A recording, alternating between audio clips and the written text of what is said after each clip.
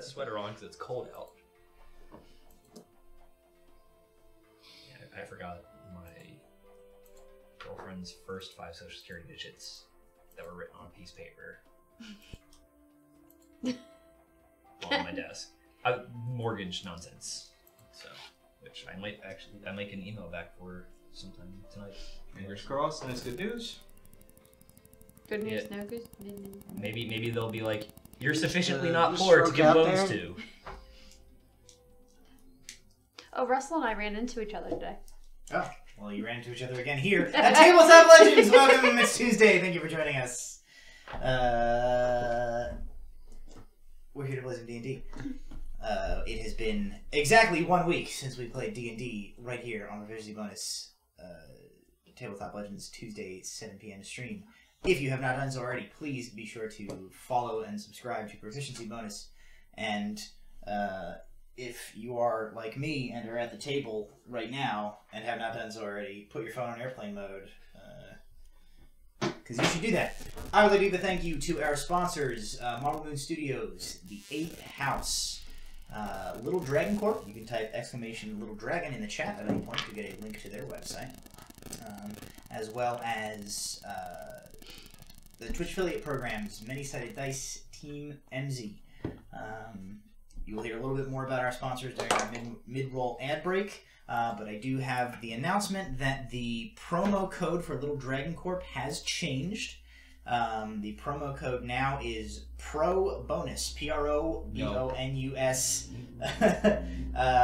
to receive a discount at checkout if you order anything from Little Dragon Corp for all of your sweet, sweet dicey boy needs or other gaming stuff. They have plenty of things to choose from. Let's start off with, I think the Golden D20 is on the table somewhere, and it is currently Walter's for pooping his pants last session. The best possible reason to have a Golden D20. I get free con saves now. I will accept no other reason anymore. You can only use it to poop your pants again. That's right, you can only use it Or make for someone poop-related, else poop their pants. I gotta cast Levitate for a free spell slot. Can I do it? So we rejoin the party. You guys have ventured deep into the kingdom of Honorand, on your way to the village of Malat'ka, where you are to inquire about a place known only as the Scarred Lands, to search for a potential Invarian ruin or other trove of relics that might be lurking somewhere in that area.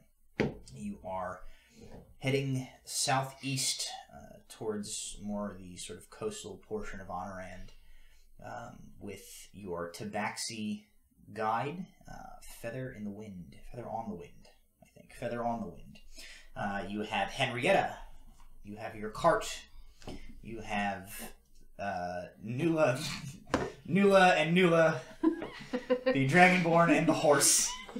We'll fix that someday. Will we? No. And How many days has it had the name now? Like half a day. No, like it's 20. been several. It's like 4 days we've been traveling. You have been traveling. Oh, right. Yes, 4 days. We can always change your name. Yeah. You could be Derek. The horse has learned its name. It's getting stuck now. I'm sorry. We're gonna have to call you something different. You could be Nula too. You don't even get to be Nula 1. Too Nula, too furious. Nula will now be played by Vin Diesel.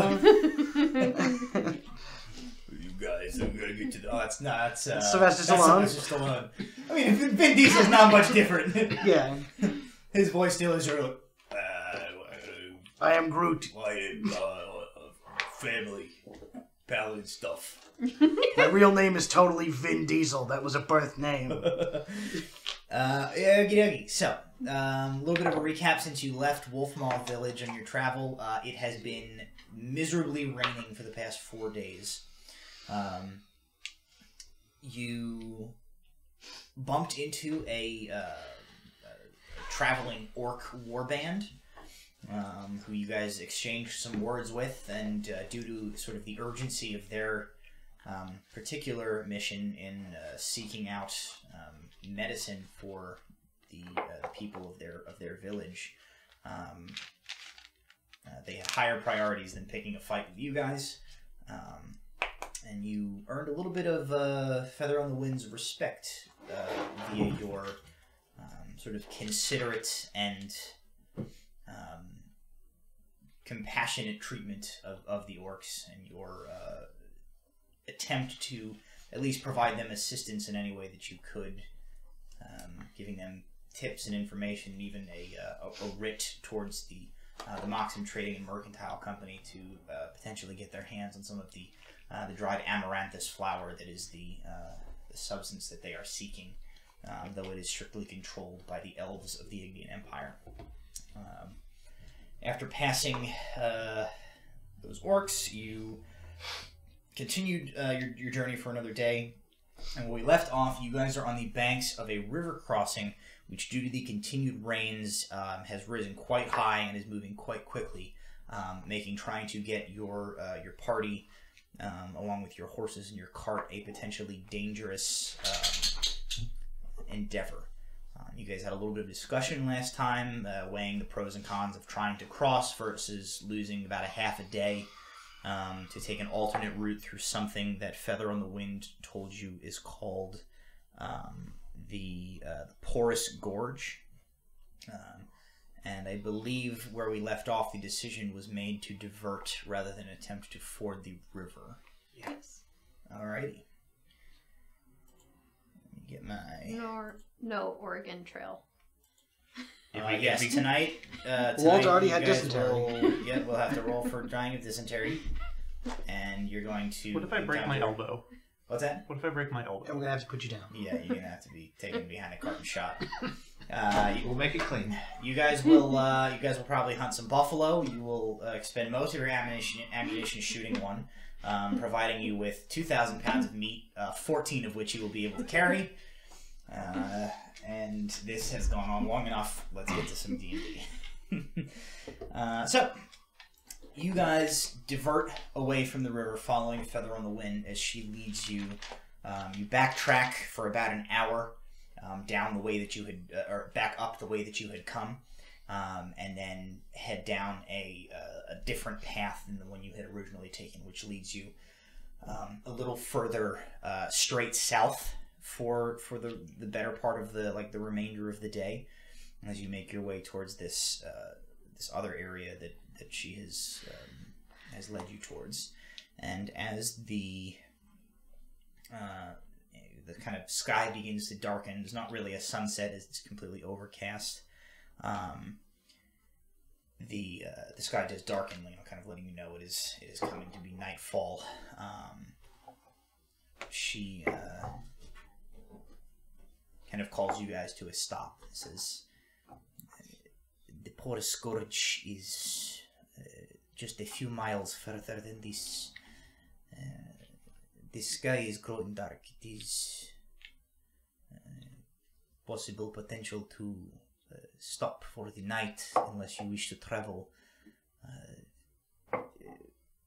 further on and attempt to make the crossing now. There is information about the gorge that you must know. I will tell you this before we enter. But as for the particular dangers there, it makes no difference if we attempt to make our way through in the evening or wait until morning. It is merely your preference of whether you prefer the light or the darkness in case there is trouble. Some of us can't see in the dark, so we might be better off attempting crossing through if there's dangers that can be spotted. We could leave them behind. No? Leave who behind? Okay. We can't leave Nula behind, or our paladin. And you. You don't see in the dark either. Let's see. Don't I? Yeah, How well do horses see in the dark? that might include I your see well horse. enough. Yeah, but then your horse would get stuck. That's my responsibility. We're a team. You and the horse, or you and all of us? Oh, as it turns out, horses have dark vision. Are you shitting me right now? There's not a D&D rule. I just googled how well can horses see in the dark, and apparently they have pretty good night vision. Can you pull So up the stat Nula block? is fine. Nula is not. Can you pull up the stat block of a horse so I can see if I'm more or less useless than a horse? Let's see. Yeah, let's take a look at. Not that they rail this 3 times in a row. I'm gonna say you're more useless than a horse. Probably. Looks like horses in D&D are not given the dark vision feature, or at least on D&D Beyond. My immersion is ruined. But Google says that they can see in the dark, so god damn it, they can see in the dark. That's it. Have a seance. Contact our Gygax. We need to ask him these very important questions. Maybe just Fidget's horse, Nula, has dark vision. Can horses see in the dark better than humans? A horse certainly has better vision. Feather on the wind. Googles. She has her encyclopedia of horse knowledge. I'm telling you, I want to play a warlock one day whose patron is just like A horse? Alexa or Siri. Oh, yes. Yeah, his patron is a horse. Entity of knowledge. It's not even like the patron's not even like some sort of a mystical being. It's literally just a horse. They're like, yes, I am a warlock of dark and mysterious powers. This is my patron, Oats. Not to be confused with my other patron. He gives me great power as long as I give him apples. That's right. I feel like that's a great old one template. Behold the power of my dark master, Clip Clop. Boy. So we all fell into the ravine and Everyone's died. fallen into the ravine And this died. is Brahm's personal hell. I expected more dancing girls in your hell. It's actually just Walter. This is my hell, not my heaven. Just No, I figured Lines there'd of be more Walter dancing girls that Canning. just would be... You don't look like Walter? Yes. you're welcome and thank you. With that mustache and everything. Anyway, so you guys going to camp for the night? Yes? Yes, Yes. please. Okay. I'm Go gonna ahead. sleep now. Go ahead and set me up some. Pick some watches for me. Second. I'll take the third watch. I'll take first watch, that's fine. Where do people want Fidget? Fidget can take the dead of night watch completely alone with his horse. Okay. Nula, the Dragonborn is 2? Yes. Okay. And Alar is Can 3? you see Yes. during the second watch? Oh, I mean, presumably, no. But it's fine. Don't we have a You fireplace? guys will like light a campfire. Yeah, we got a I full assume. fireplace. We built a full Yeah, brick full fireplace. Is it brick or stone? I need a nice fireplace. I'm very You can mold it out of earth. Does Done. it have an oven Easy. pit? I'm going to put my Pizza? helmet on the mantle of this fireplace.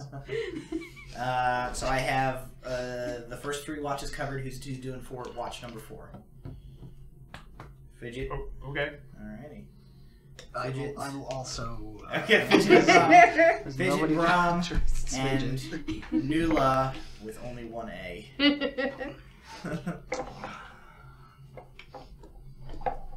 Fidget, Brom, and Nula 1 take the 4th watch. Nula Prime. Nula A and Nula Prime. Alrighty. So, as you guys kind of stop and pull off to the side,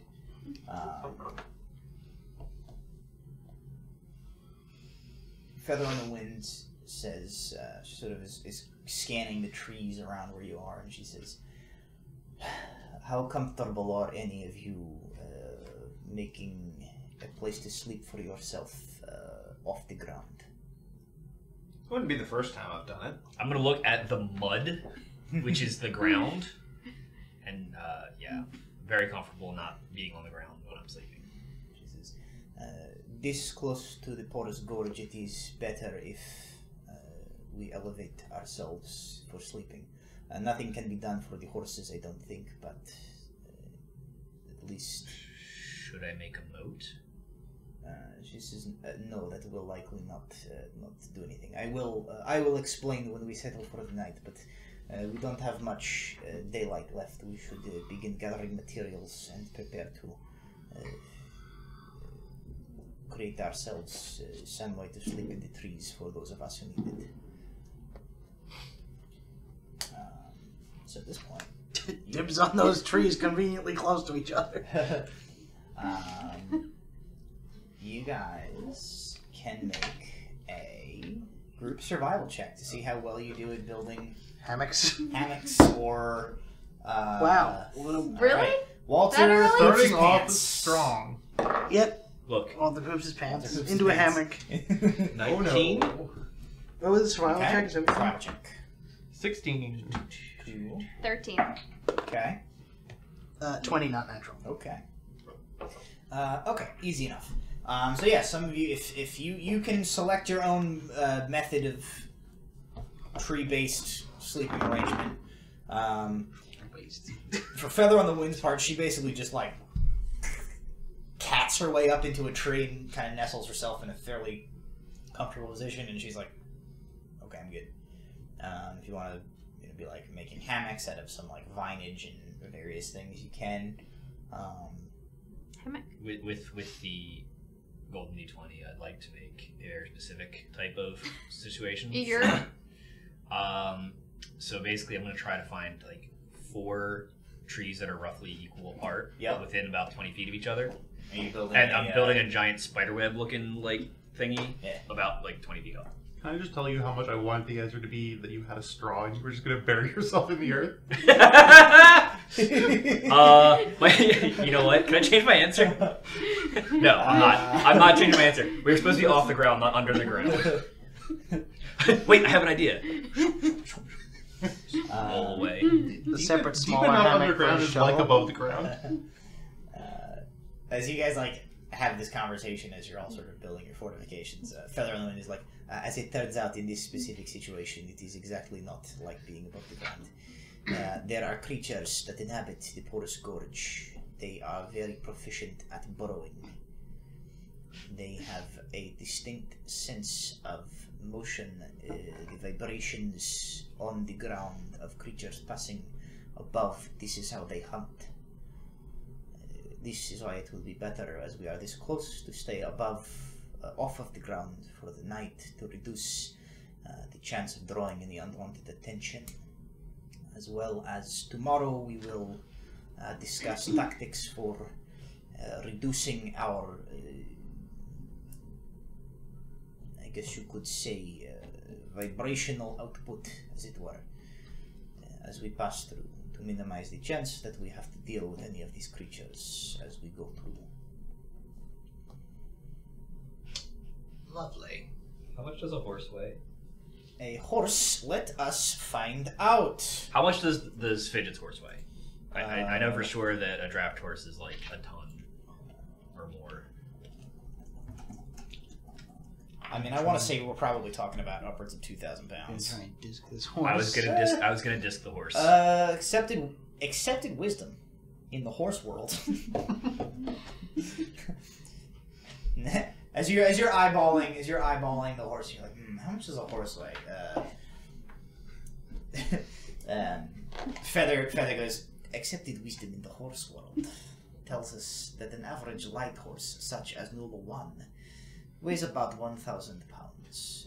The draft horse, such as the beautiful Henrietta, is probably likely double this. Welcome to the farm knowledge section of Tabletop There Legends. is one thing I know about it is guiding travelers through Honorand and horse weights. You are a font of knowledge. Yes, Fidget. That is in fact 2 things. Well, that's because one of the 2 things that I know about was not counting. I said I know about horse weights and leading travelers. Math is not included in those things. Therefore I know of one thing! Fidget, stop. I retract my question. Yeah. Stop antagonizing. That wasn't a question. It was a statement. Do you have other horse wisdom for us? Hey, Nula. Yes, don't Shut up. Which don't one? stand near the back hoofs in kicking distance. You're welcome. That one was free. The next one will cost 5 gold per horse tip. Nula checks how much gold she's got. Let me pause as the DM Googles horse tips in preparation for what is sure to be the next 10 minutes of the derailment. As Nula spends all of her gold On the other, Making me tell horse tips. could be worse. She could go back to I Spy. Oh, I don't want horse betting tips. I do. Wait. But now, I could stand here. Here's a horse betting tip. Bet on the horse that wins. There you Yeah. go. Number When one betting tip. on horses, do not pick the one that has only 3 legs. It is not likely to win. Horse tips. Unless he's got 3 legs and a jetpack. Then always bet on 3-legged What is a jetpack. jetpack? This is not been invented yet. We're in a real weird horse-related part of the internet right now. Always bet on rocket horse. Be careful where you click. Yes, this is true. I found a whole forum about horse trivia quizzes. Yes, they're Quizlet for horses. Let me see where my money is. Oh boy. Oh, I have 107 gold. Also known as 21 horse facts. Yeah. 21 horse facts. No, I'm not giving you 3 gold, so you can have I 22. will sprinkle 21 horse facts to the remainder of tonight's episode if you give me all of your gold. How badly do you want to continue this bit? Because I will take all of your gold from you. I will spend an additional 5 gold for another. For 1 horse tip, alright. I will give you 1 horse tip, but I'm not going to tell you when it's going to come. It will be a surprise. Surprise horse tips. Oh, I killed D&D Beyond. No. Don't say that on stream. They'll come after you.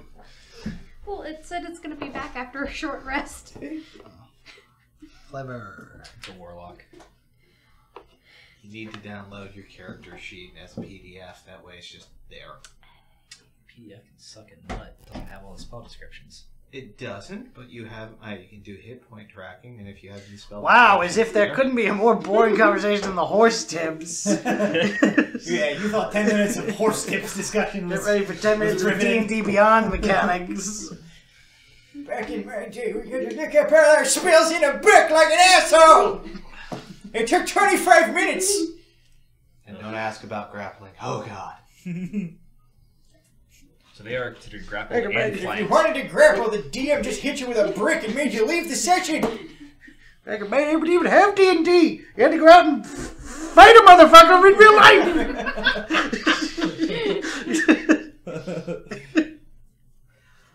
Right. D&D stood for Doyle and Daryl. They were the local roughs. The 2 guys that you fought in the That's right, alley. you had to fight them. They had matching mustaches and never wore any shirts. Their pants were real high, pulled up to here. And they fought like this. What did you do for dice back then? We didn't use dice. We used the other guy's teeth.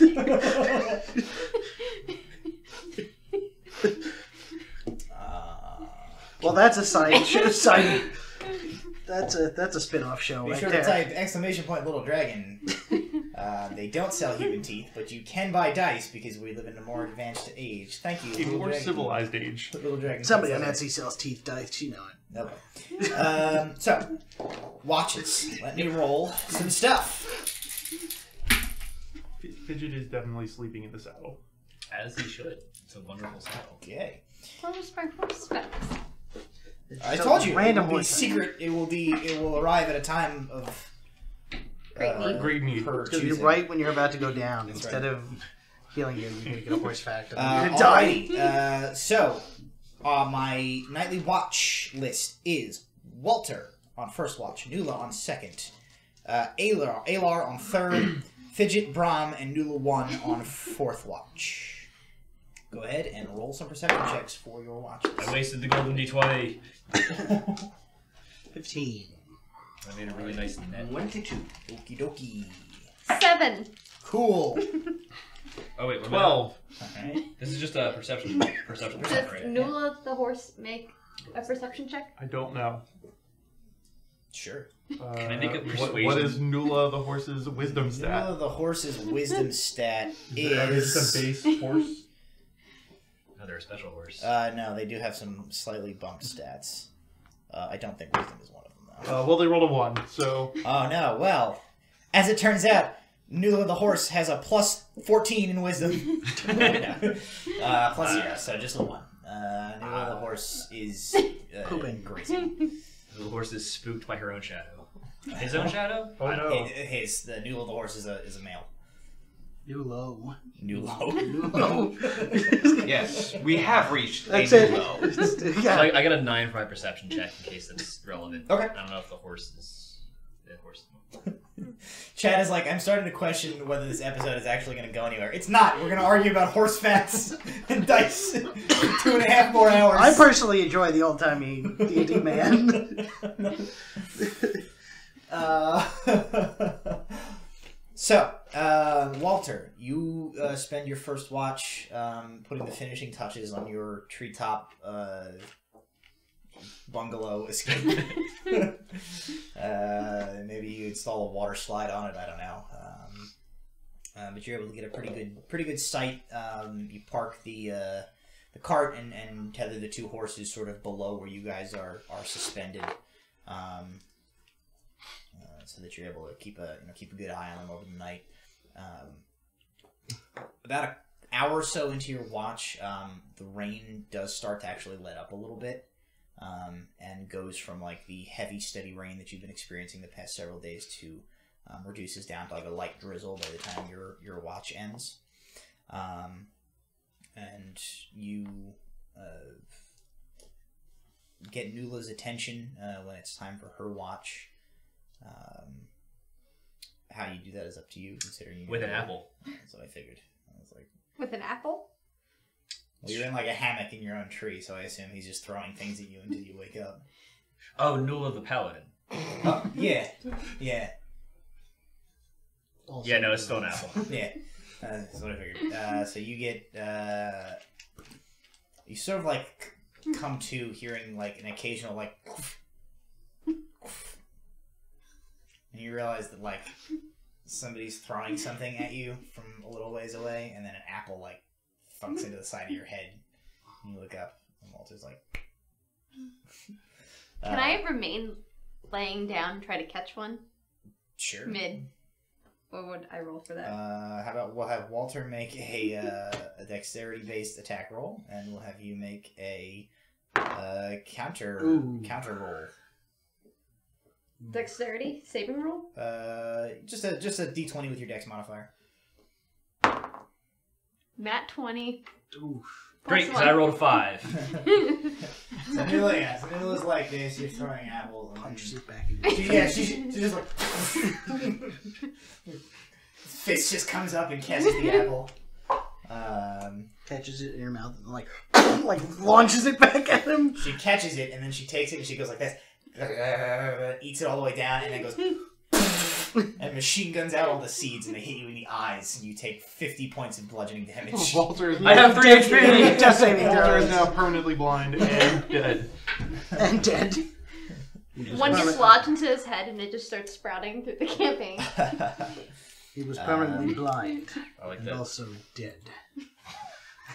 My God. The horror.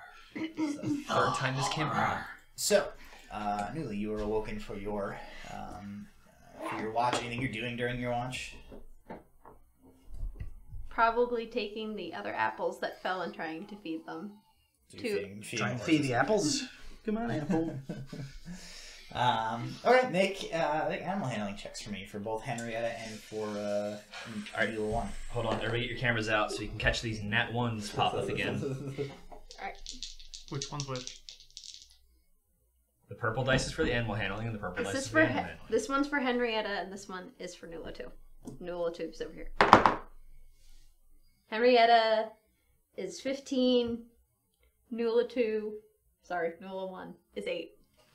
Okay.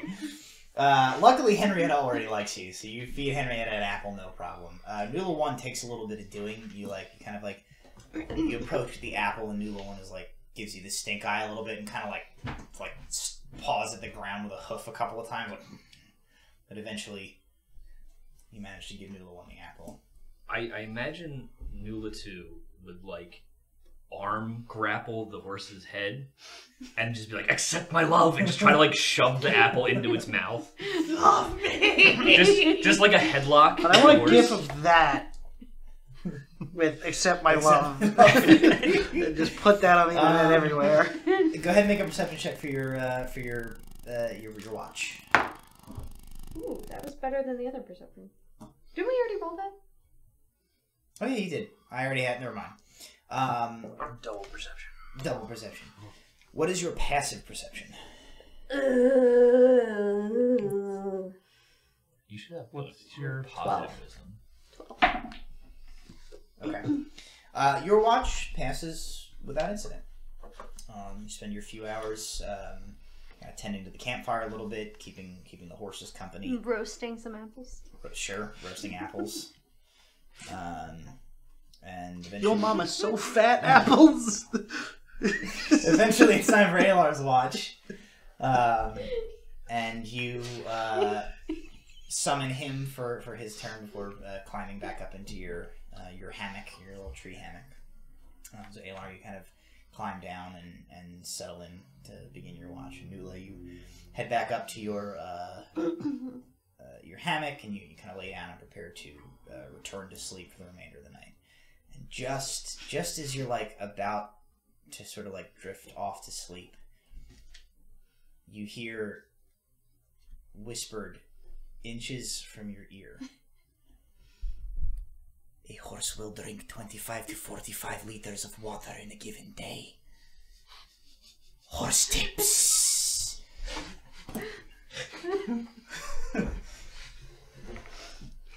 Sounds a very important note. And like a feather on the wind, she's gone. And you don't know where she was or where she went to. And you're alone with this bone-chilling horse tip. She blew all her spell slots doing it. She didn't. She just is stealthy and Nula sucks at perception. This is true. Alar, you begin the third watch. The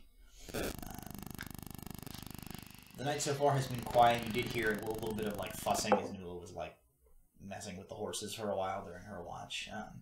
And so as you set up to take your watch near the fire, about an hour passes into your watch, and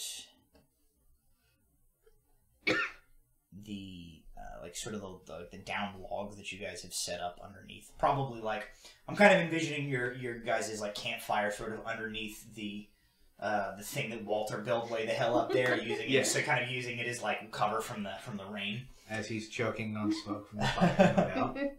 The rain has almost entirely let up at this point. As you guys are still sort of under like the tree cover in this area, there's still enough, a good deal of water sort of like dripping down from the wet canopy. But it does sound like the rain has almost entirely let off. And as you're sitting there sort of on this log, just kind of watching, looking at the fire, looking out across the area, the log that you're sitting on, you kind of like, your inner ear just senses the like this very slight sort of like shift in your positioning as like the log goes just like ever so slightly, kind of like part of it sinks a little bit, and it's tough to say like, the ground's wet, maybe it's, I don't know, but then you distinctly can kind of like feel through the soles of your boot there is like a very slight like vibration in the ground.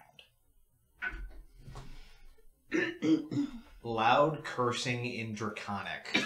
So the rest of you guys from your various positions in the trees hear loud cursing in Draconic, followed immediately by the sound of a decent quantity of like soil just like erupting up and like showering like a spray of like dirt and pebbles across the area below you. So thanks to your very high perception and your warning to the party, there will not be a surprise round here. So everybody can roll initiative as... Good news, everyone.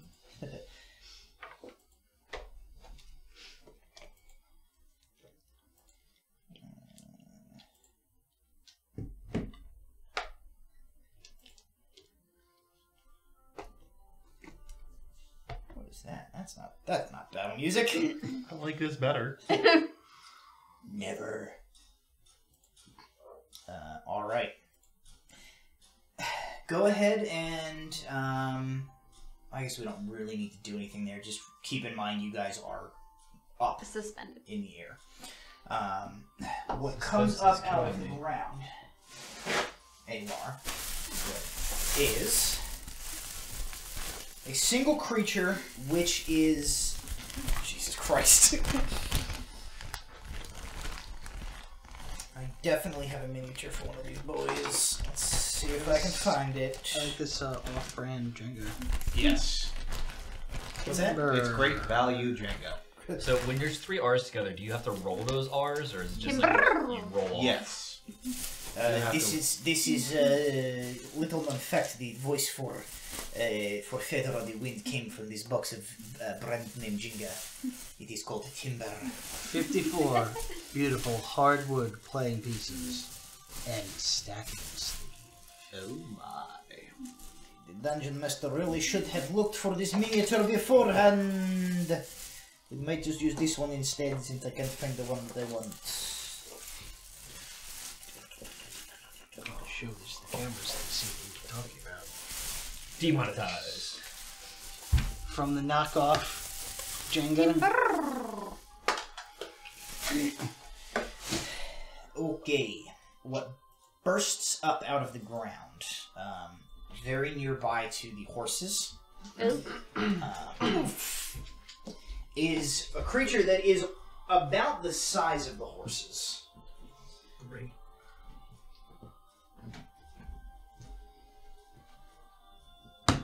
Is that it? That's not it, but I couldn't find a mini for it.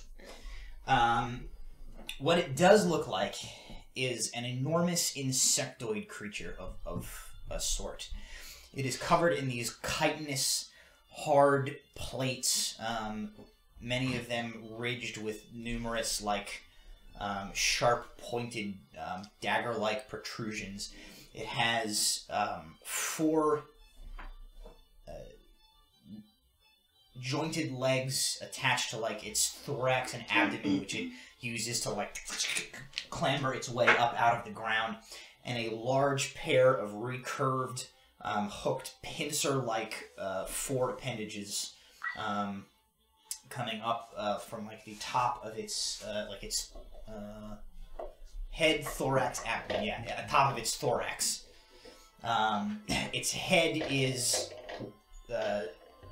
slightly elongated, kind of wedge-shaped, and it has 2 large pincers as well as a much smaller articulated set of mandibles, which are gnashing. It doesn't really appear to have much in the way of very developed eyes that you can see, but it does kind of come up and swivel its head this way and that way. So maybe roll its initiative. Okay. And what's everybody else's initiatives? 20. 20. 15. 15. Alar. 6. 14. 6. Fidget. 14. Bron. 17. 17. Nula.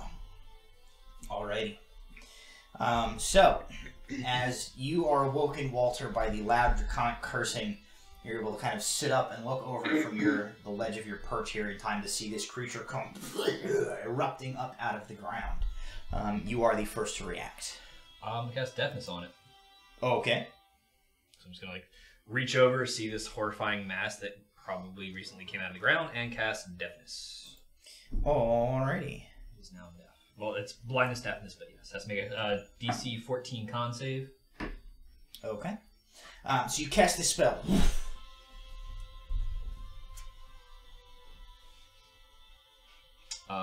That's not acting any differently than when you cast the spell, than before you cast the spell. Anything else? What is happening under this table? Is that my dog doing this? Yes. So you say no. as our mysterious sixth player. I do not have any 3. bonus actions. I do have a bonus action. I'm gonna cast Shillelagh on my shovel. Okay. That's my bonus action. You place a hand on your shovel. Feel the magic surge through and infuse the wooden metal of your shovel. Nula, you are the next to react. So you likewise are up in this in your hammock. Are the points throughout all the scales, or is it just in certain places? Here, I'll show you a picture of it.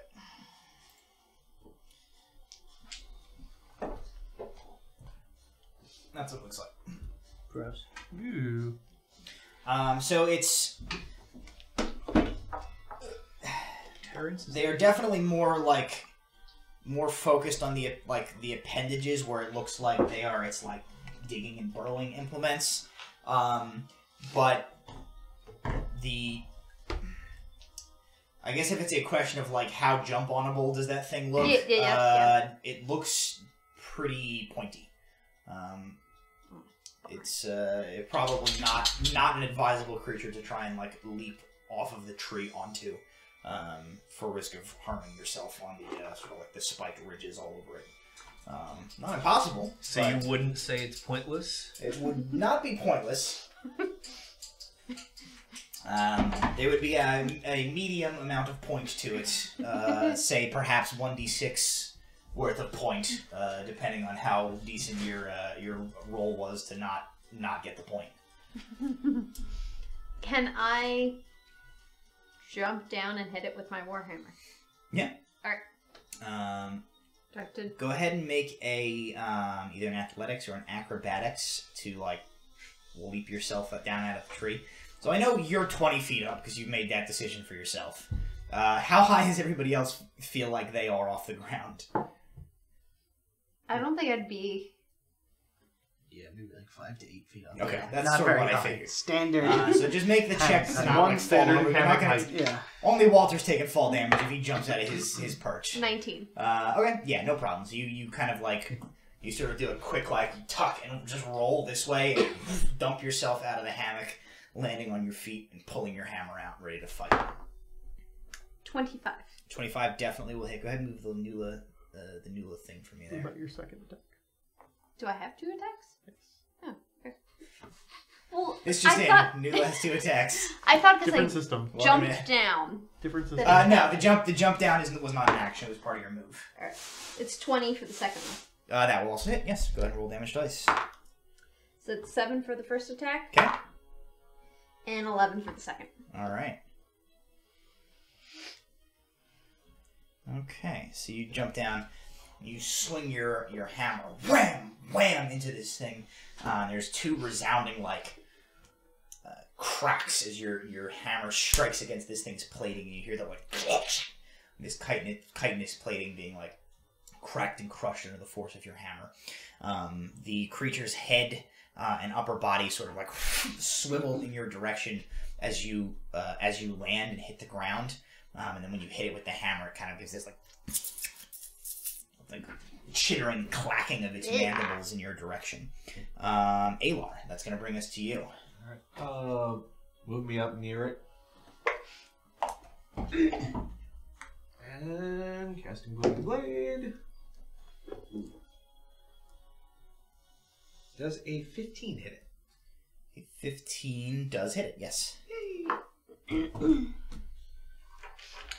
Stab it in the face knife.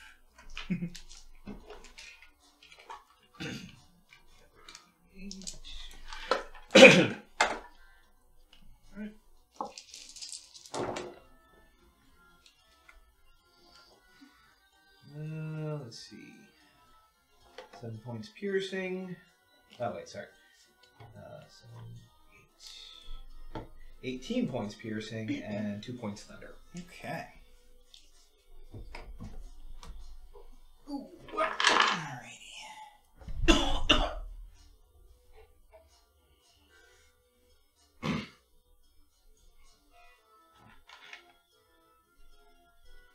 Okay. So. Literally literally just hanging off the side, like my hands ready. You run up and you stab into this creature. The blade like slips between two plates of armor and sticks in as you pull it out. Like a stream of like goop comes with it. Makes sort of a gross splorching noise as you pull the sword back out. Oh, this is gonna explode on me, isn't it? Alrighty. Brom, it is your turn. I'm going to attempt to cast Tachi's Laughter. Alrighty. And Does it require the ability to hear? No. Right? Some things say a creature that can hear Hold on, you. it might have to see me. The creature that you can see. No, so Okay. I have to be able to see it. Okay. Let me just look through this. Yeah. Hopefully it's not too dumb. Because intelligence score of 4 or lower. Okay. So you're up in your hammock there, or are you coming down, or are you moving for it? Like, what's your plan for this? In the hammock for now. Rob's good up there. You got this, guys. Totally got it. I believe in you. So you sort of From way back here. flop yourself around in your hammock so that you can stay up there and sort of see this creature. And you cast out this spell. You mutter the incantation for this raking of laughter to rack this creature. As you feel the magic release, much like Walter just experienced, you sort of like you see no change in the creature's behavior as you try to cast this spell on it. Anything else? Nope. Okay. That brings us to its turn. Fidget, is that just where your mini is, or are you on your horse right No, now? I am on my Okay. So this creature has kind of taken some hits and sort of like coils back and pulls its pincers in, and it swivels its head like this back and forth, surveying, before like dropping down onto all 6 of its limbs and like doing this sort of like sideways crab-like scuttle. So go ahead and roll your booming blade damage because it is going to move. Okay. And shift it. 12 points. Shift it from here to here. You can theoretically also take an attack of opportunity against it. Can I? No, it did not leave your threat range. 16. Okay, it was 12 and then another 16. No, 16 to hit. Oh, to hit. Yes. Okay. Sneak attack. Ooh, that's actually very good. That's real good. 10, 19, 26 points of damage. Okie dokie. Well, it died. Way to ruin the surprise, Alar. We should be that lucky. Sorry, it was 20... what? 6. 6. It's moving like General Grievous. Alrighty. It does, yeah. Like General Grievous is its way across the ground. It comes to like this skidding stop and swivels its Pull the head lightsaber. towards you guys. Yeah, pulls out 4 lightsabers and goes, no. General Kenobi! Hello there.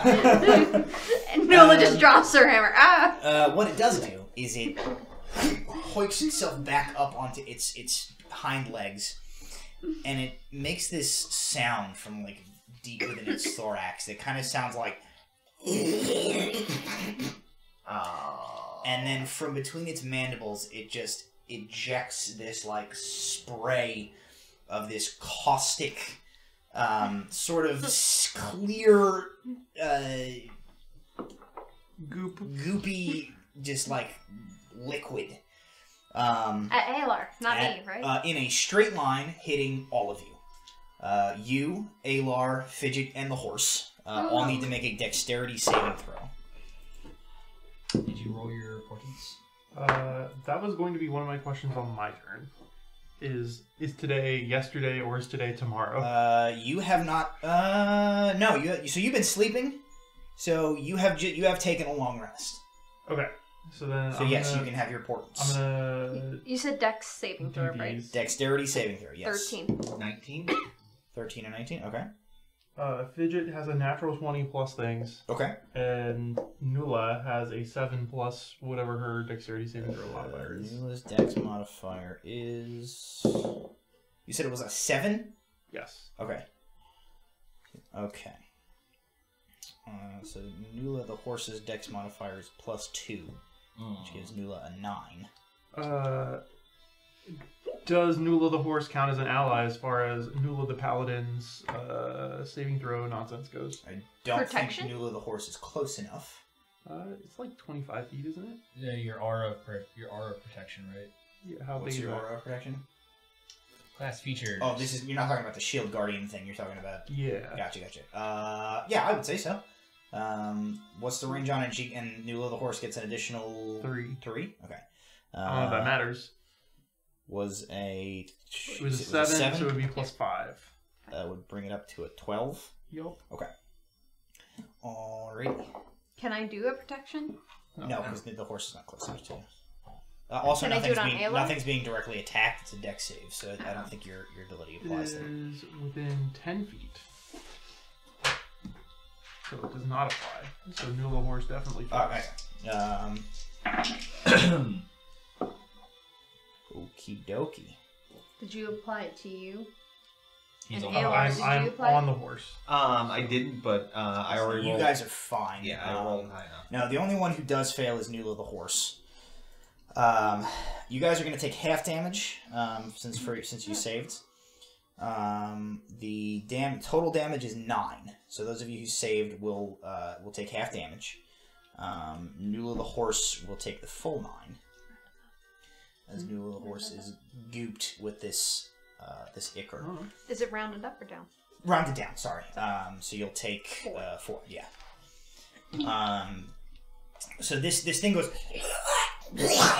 spits this spray of like acid at you, and as it hits your clothing and your exposed skin, immediately you feel it start to like sizzle and burn.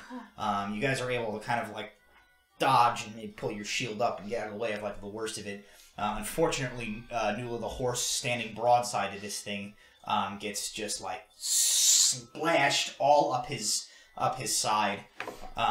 He immediately lets out this like terrified and painful like and rears like kicking. Yep. So Fidget, go ahead and make a dexterity saving throw to try and stay on Nula the horse. Fidget is also going to use absorb elements. Okay. Saving throw.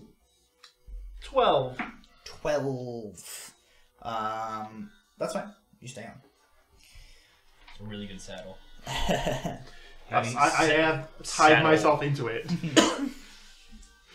So, with that, the creature is... Let's see, how much movement speed did he get? This creature kind of like spritzes all of this on you, and you see it sort of like evaluate, and like when nobody like drops melting dead to the ground, it sort of like gnashes its claws and its pincers together, and then goes and begins to quickly just start to like shred its way back into the ground. So it's going to start to burrow. Nula, this will invoke an attack of opportunity from you at this point as he burrows straight down away from you. Okay. I will attack.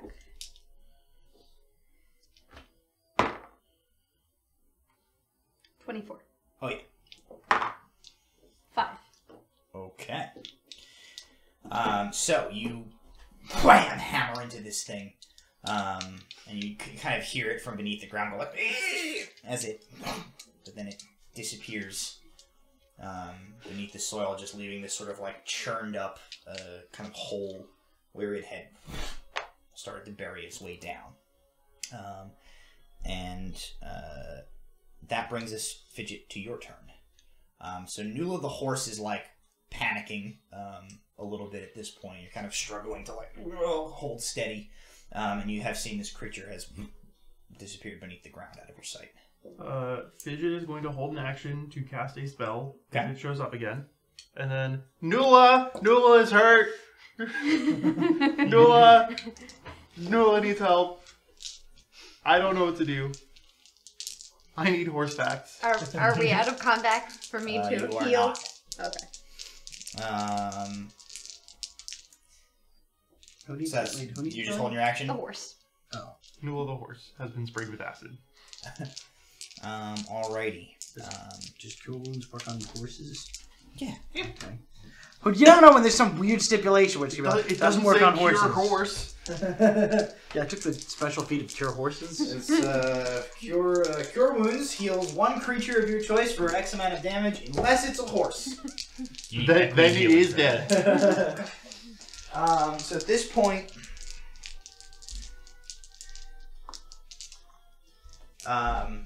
Feather on the Wind drops from somewhere in the canopy, like landing on all fours in a crouch and like kind of standing to her full height and pulling a pair of daggers from like beneath her robes, and basically just positions herself near Nula the horse, and is just watching and waiting. So she's also going to hold an action. Which brings us to the top of the order, Walter. I'm gonna mold earth and try to dig a 5-foot cube away from where I saw it go down. Okay, you can dig a 5-foot cube. Okay. So I'm just gonna excavate. It's a instantly excavate a 5-foot cube of nonsense. So you mold earth and you try to dig this scrape nonsense. 5 feet of soil away from where it went down. But you reveal like kind of part of the tunnel that it was creating. Even now is like sort of just refilling back in on itself. In its wake, and you do not reveal the creature. That thing's really fast. Good luck, everybody. I'll try to shoot it if I see it again. As I shout down from the canopy 20 feet up. How's it hanging up there? I mean, I'm laying on a net, so you can probably see. Okay. So that's Walter's turn. Nula, it is your turn. I will go over to the horse Okay. and let 5 points lay on hands to heal. Alrighty. So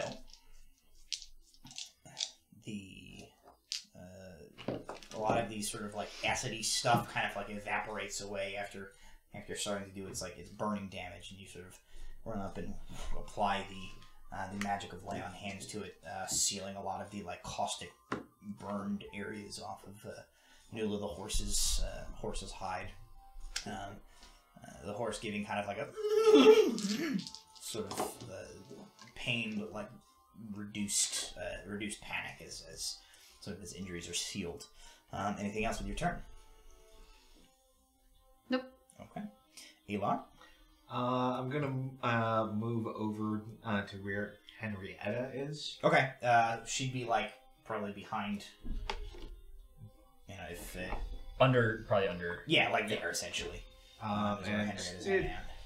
more or less doing similar to what Feather is doing, just Okay.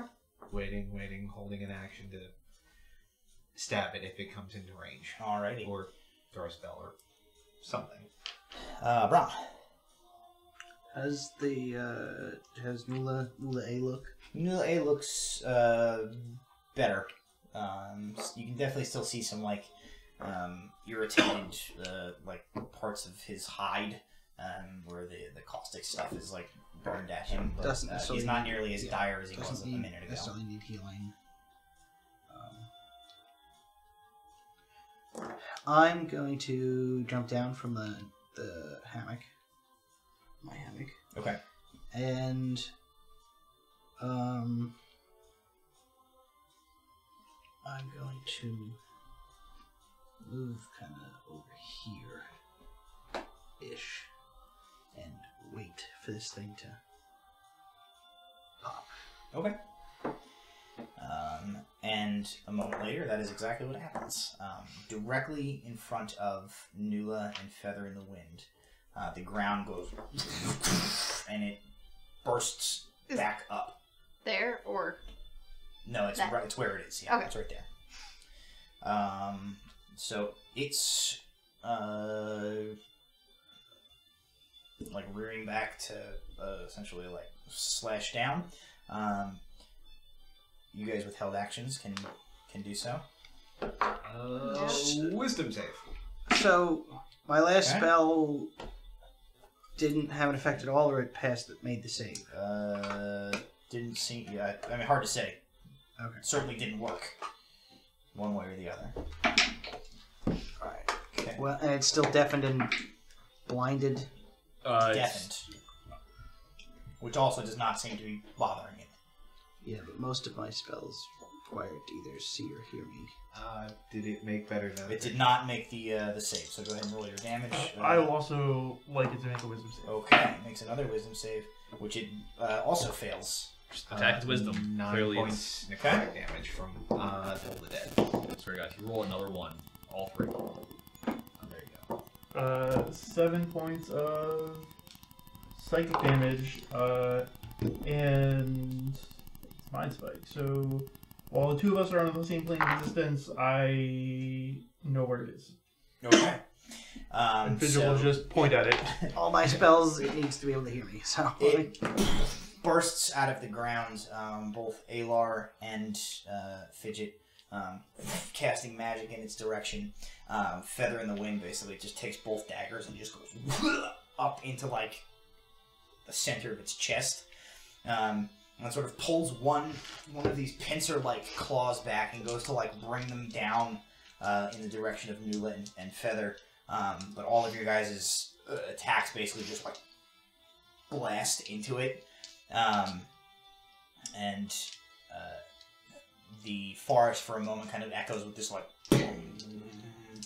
Fidget points his finger and its head goes snaps back, and then as Feather in the Wind's daggers go into it, it gives one great like twitch, and then Feather is immediately like as it just sinks lifeless like down onto her. She's like, oh god.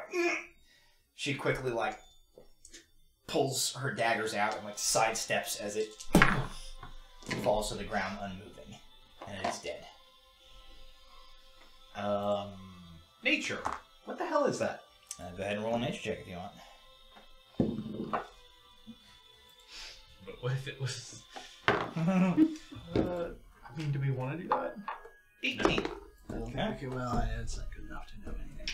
My nature check is a 21. Okay. As 10. I'm like, I don't know what just popped out of the ground and died here, but...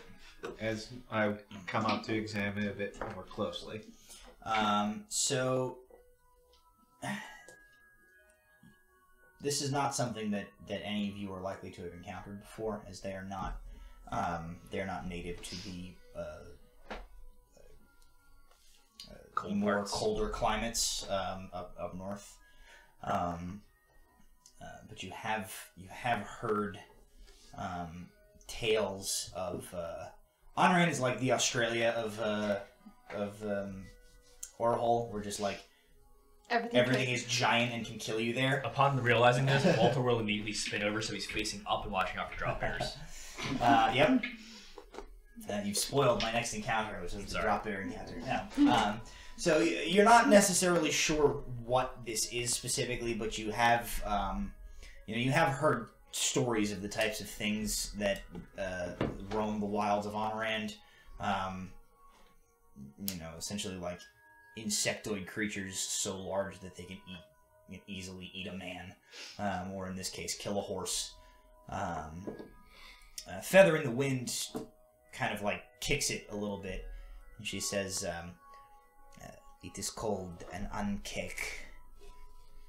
Bless you. She says the ankeg are prominent in this region. Their burrowing tunnels is the reason that this area is called the Porous Gorge. Oh, good. She said, I had thought we were far enough away that it would be minimal risk for one to stumble upon our camp at the night. One of the horses must have been making too much of a ruckus and drawn this one's attention. Meanwhile, Nula's like, I wasn't pissing off Nula the horse and making him stomp on the ground like 2 hours ago. I don't know what you guys are talking about. The judgmental eyes from 20 feet above you are just like staring into your soul. You can't see my shifty eyes. You can't even hear this conversation. Okay. Well, that was fun. Go stand 20 feet away, see if you can hear our conversation. She says, as you could perhaps tell during the fight with this, they rely primarily on the sensation of the vibration in the ground to track their prey. Sight, hearing, smell, all of these senses are not particularly good in these creatures, but they have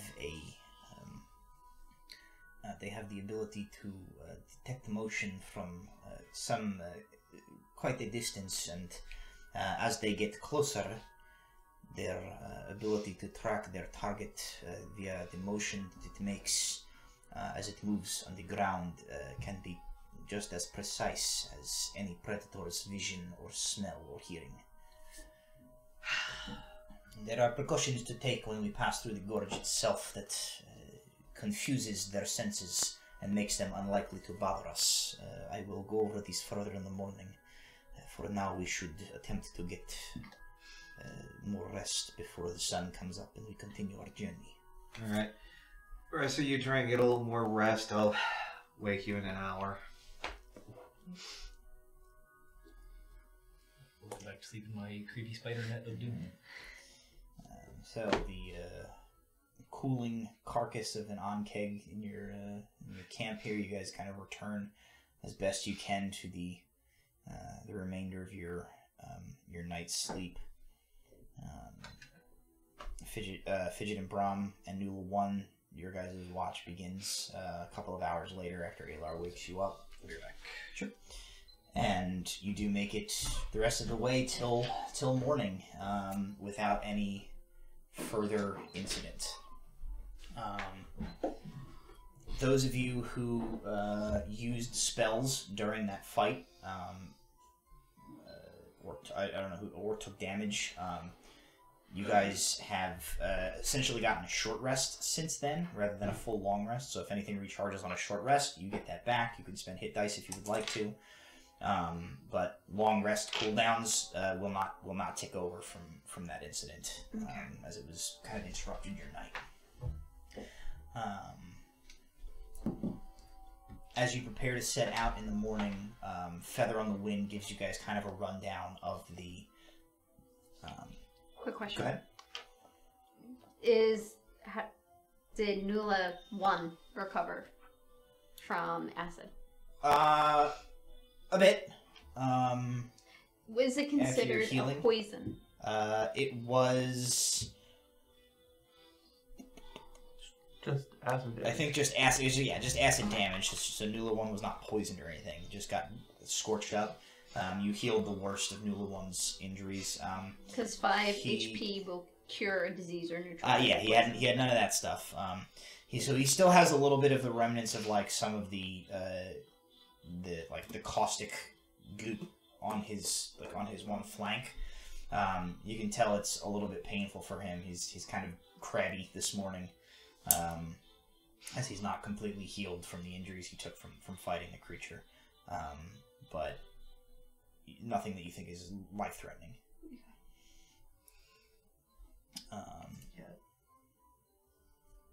You want me to heal him for more? This is my horse companion that I care about more than any of you. How much damage did it take in total? It took 9, you healed 5. I will heal it for the other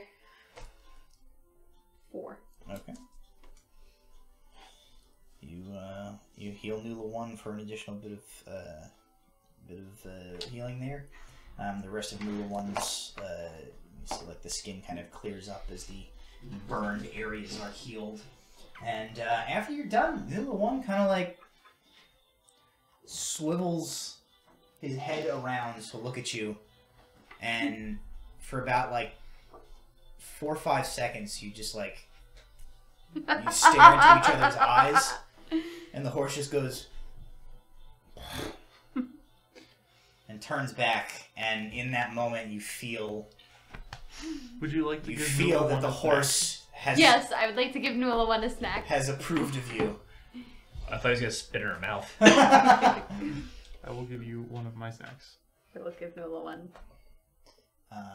Nula one like kind of takes him a moment as you're like holding the ass. Looks, pauses a moment, and then like takes the snack. But you're left with this impression that like Nula one is sort of like, come on, I had like a cool moment with you, like, and then did a sweet turn away. You've like ruined my bit that I was doing. You're not sure how it is that this horse is managing to convey such like complicated themes to you with its expressions, but that seems to be the that seems to be sort of part of the special charm of Noodle One, is that it appears to be an extremely intelligent and expressive creature, That's why she's as opposed to Noodle. Henrietta, who's just like chewing oats. Henrietta's a saint. Conjuring Scooter the Weasel. Alright, okay, take a good sniff of that. Yeah, I know it's disgusting. Give me a warning if you smell one of those again. Alrighty. So Scooter does that, and you guys set off. As you're approaching, Feather in the Wind explains to you. She says, when we enter the gorge, the best tactic to dealing with the uncake that nest in the area is the exact opposite of last night's strategy. It is best if we spread out a bit and attempt to make as much commotion as we can passing through the area. If we are able to create enough disturbance in the ground to appear to the Ankeg as a single, much larger creature, they will avoid us rather than seeing us as prey. So when we enter the area, we will spread out, and it is a good idea to walk with heavy footfalls. If you have walking sticks or things you can bang and scrape along the ground with you, you should do this, leaving the carts in the center, and doing the best that we can to mask our presence as one large footprint, if you will, traveling through the area. Okay. So I will be dragging my shovel with one hand and probably either Eldritch Blasting or Molding Earth, like, as I go, wherever. Cool, yeah, that whatever kind of nonsense. Probably throwing a few minor illusions of loud stomping at various points. Yeah. Javelin. Twink, twink, Okay, twink, javelining. twink. All right. Anybody else have other shenanigans you're doing as you're going? You're gonna viciously mock the rocks. Okay. Might work, you know. So you enter into the what quickly is aptly named, as you see it, the Porous Gorge. You descend into this essentially what at one time was probably a riverbed, but has long since dried up. The erosion of the surrounding rock, leaving these high, about 40-foot, fairly steep walls on either side of you, and the stone on either side of this gorge as you pass through it is just peppered with these holes. As you kind of look into it, you can sort of see almost the Swiss cheesing of the rock going deeper in. Based on the size of the creature that you encountered last night, it seems likely that essentially this region is just infested with these Ankeg creatures, which have burrowed through all of this rock, leaving it porous and almost like a petrified sponge in appearance. So you proceed through. Walter is Eldritch Blasting and shoveling dirt. Alar is using his magic to kind of like bang, bang, bang around him. You stomp your feet, you drag your javelin. The horses and carts make enough noise on their own. So go ahead, you guys can make me a Performance. I was gonna say let's make it a performance check. I was like, how do I do a reverse stealth check?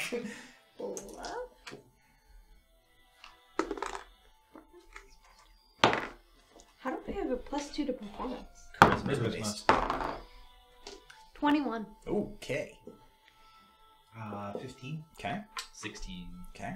16. All right. 24. Jesus. Feather in the wind.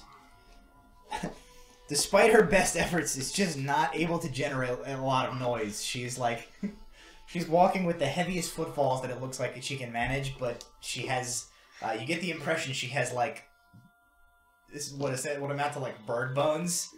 As she does, she just like doesn't have. There's no like bulk to her, so she's like doing this, but she's still got these like light footfalls. The horses, however, yeah, they're quite loud. So you guys managed to make it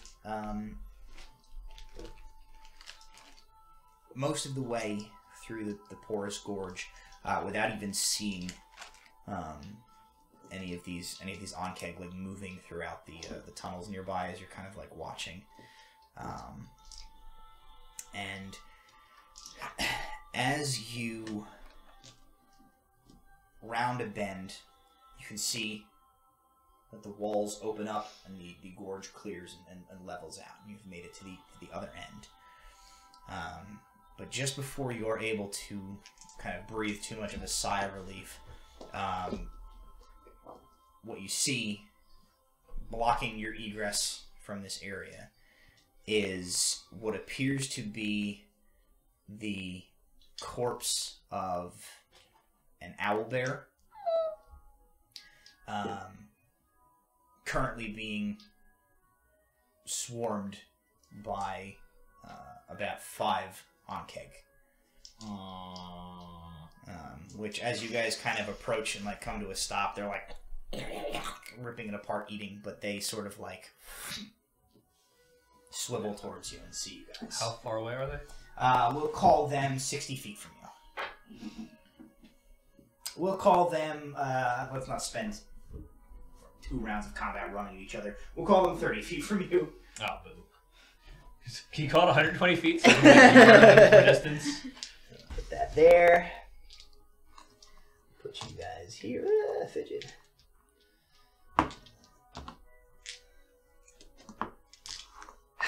Yes, Scooter. I see them now. Thanks. I feel like he was just tweaking out the whole time. Like, I smell them all over the place. What are Yeah. you doing? I give up on that. You guys can fix that. Here.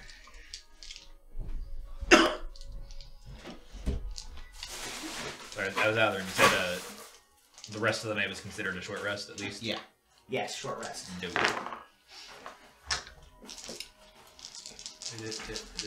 Last. Okay. So Fat Tiger will be Dead Owlbear. And then Crocodile will be Onkeg. Death Dog will be Onkeg. And whoever this blue guy is will be Onkeg. As they are chomping up the Dead Owlbear.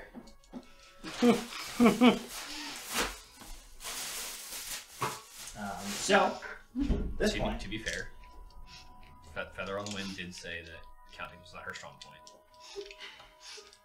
What's up? I said there were 4 of them, didn't I? Yeah.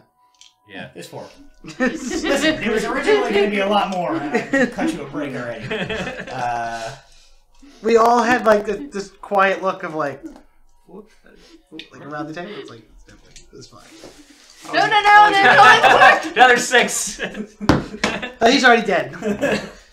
There. Now there's 4 Onkeg and a dragon. And everyone's fuck happy. you guys.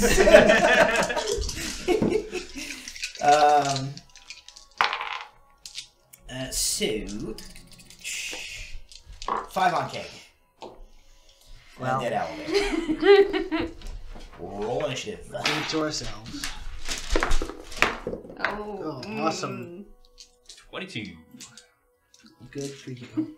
13. 22, you said? 22 for me. 9. 9. Rom.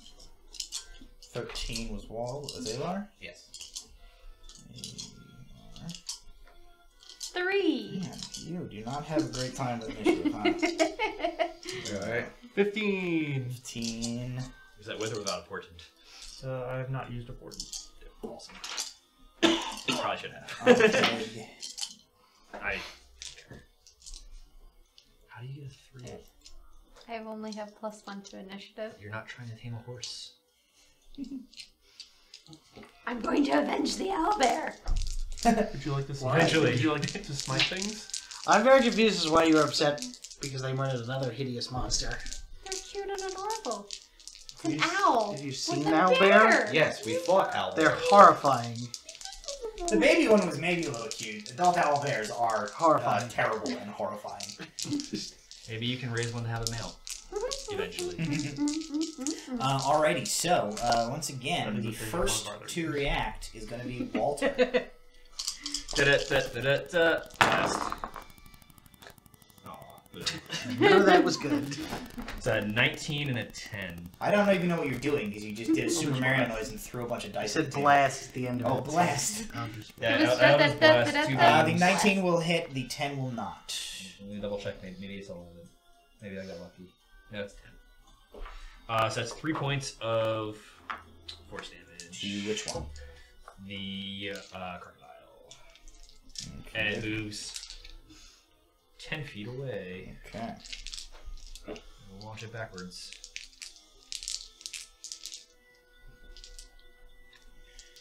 Crocodile takes, you said 3?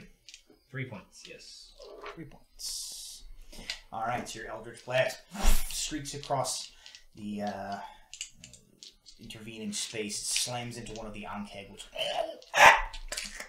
chitters, skids across the hard stone ground, and then like wheels back around to face you guys. Fidget, you are up It's next. actually gonna go 30 feet. Alright, Nula, this is our opportunity to get back at them. How far can Nula move? Nula's movement speed, I believe, Wait, is you don't run the 60. horse Base into movement the- speed is 60. Into the monsters? Okay, good. We're gonna lightning bolt these 3. Yeah, one of our cameras isn't working. What? Cool. Yours? It's theirs. It's for them. Oh, everything's... It's that same one. It is that same one. This is why we can't have nice things. Can I fix this without having a mess with the stream? Probably not, right? No. If it's frozen, it's just kind of. Fine. Well, Sorry. Oh well. let's. Should we take our break and try Yeah, to it's fix it? 8:30, so let's take a break to fix that camera. As Nula appears to be, Becca is frozen. You guys have been frozen for a while. Walter's still on the perch there. Still on the fake Jenga. The timber. The timber. So let's take our break. Thank you for sticking with us thus far. We're going to be back in a couple of minutes after we make this microphone, this camera function again, and stop being a pain in my buns. And we will return to fight a bunch of Ankeg. So stick with us. We'll be back in just a minute and enjoy this word from our sponsors. Bye, dice. Oh, it's the this is not working. That would require remembering a character name. No, it doesn't. Burn. Avatar: The Last Airbender. Cabbage. The Cabbage Vendor. My cabbages! I know. Well, Reference We now. got there. I believe you. Welcome back to Cabbages. How many gold for cabbage facts? You have to find an NPC with extensive cabbage knowledge. I may have all the cabbage knowledge Well, you we're need. back, and Things are broken again? no, it's working, but it's very laggy. I don't know if there's anything I can do about that. I can help. It is what it is, I guess. Viewers at home, just blink fairly often. It won't look laggy. Close your eyes and Yeah. just listen. Take long blinks, it won't look laggy. There you go. So, let's fight some Ankeg. Or we could not. Fidget, is your turn as you have backed Nula 1 to a bit of a distance away from the group here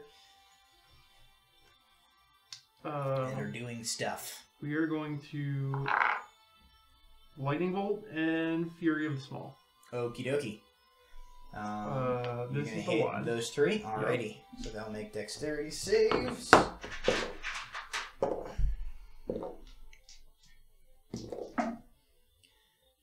Which they all very badly fail.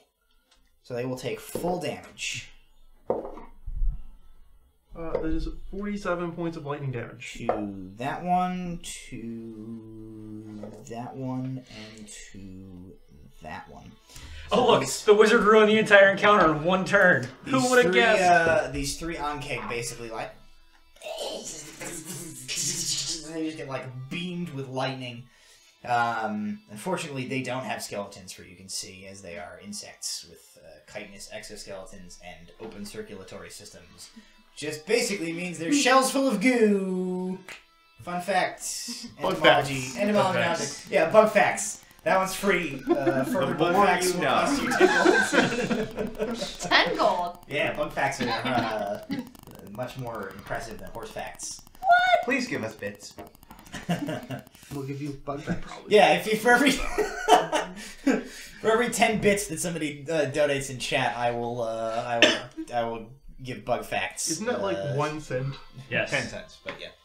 Well, a bit is like a penny, Okay. but yes. You saying my bug facts are worth more than 10 bits? For every 100 I'm bits, saying that- for every 100 bits donated to chat, I will give a bug fact at the end of tonight's session. I'm just saying that I don't know that I would have enough bug facts for someone who donated $5. Google's a thing. Yes, and also, I may or may not be a person who has a degree which required me to take an entomology course. You have a degree in bug And facts? I took an entomology, a college-level entomology course. This So is they very might exciting. might be rusty and maybe wrong, as I haven't accessed most of that knowledge in about a decade. But I do have bug facts. Welcome to Bug Facts 101. Half of you will fail and half of you will pass my class. Half of you will fail, and the other half will die. 47 lightning damage to those three on-kegs, which chitter angrily. And that brings us to Alar's turn. Did they die? They do not die. Okay. The bug-looking one that's closest to us, wisdom save. Alrighty, he gets a natural 20. Okay, absolutely See nothing what his happens. wisdom modifier is. Negative 14. I wish. Somehow it's a +1. Okay. So no, Well- unfortunately that does not work. Wise burrowing insects. More Give us your cursing knowledge. in Draconic. Alrighty, And so I will move off here to try and intercept something that's coming toward Fidget and Nula the horse. Okie dokie.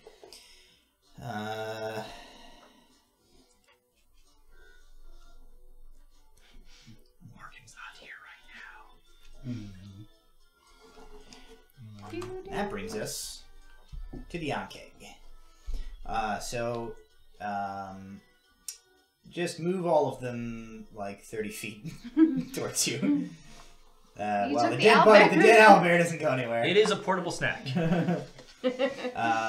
So from where they were, the all of them except for the dragon one and the crocodile will not be able to get up to you guys. The other three basically charge right up to like Nula and yeah. The two on the sides. So the one. Here's my plan. This one Plan to die horribly. is going to attempt to bite Nula. Alright. That is a 21 to hit. Mm-hmm. Okay. You are going to take 13 points of slashing damage Huh? and 2 points of acid damage as this creature, like its head rockets out in your direction, and these two large pincers basically just like clamp around your shoulders. The smaller mandibles inside, like digging right into your collar beneath your armor. And in addition to taking that damage and feeling this thing like try to like chomp into you, it is now holding tightly onto you with those two pincers, and you are grappled by it. The same thing is about to happen on the other side to Feather on the Wind, although that one does not hit her. She basically like drops low and it clamps shut over where she was just standing. The third one, however, is going to, you guys hear the familiar sound of as it gats out a bunch of acid in a line at the three of you. So Brahm, Nula, and Feather on the Wind all need to make dexterity saving throw. They will all get +3? 2? 2. +2. Everybody gets +2 to your roll because you are close enough to Nula. You said dexterity? Yes. Do I get +2? 22. Is And that? here's accounts for it. Okay. Ooh, 22. Okay, so all three of you do make it. So you will take half damage, and that damage is 6. So you will take 3 points of acid damage apiece. Math facts. Math facts! As this thing vomits goop onto you. And... cool. Alrighty, so the other two are going to dash. And they will head, one of them will head sort of towards another 30 feet in the direction of, like, Alar. I mean, presumably they were, like, off their butts. Yeah. So. Where do you want Killer Croc to go? He's going to be looping around this way. Towards, I wish I had a second horse. I think Henrietta. Oh, I do! It's a unicorn. That's Henrietta for now. Put her next to Walter there. I will protect Walter. Okie dokie. That is their turn, and Brahm, you are up.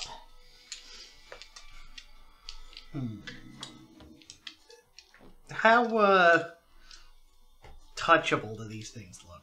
Do they look like I'm gonna stab my hand if I touch one? No, you're not gonna like stab through your hand if you try to touch one. It was not advisable for Nula to jump 10 feet out of a tree onto one's back, but if you just like are trying to run up and slap a palm onto one of these things, yeah, you can definitely do that. Okay, I'm going to attempt to do that. Okay.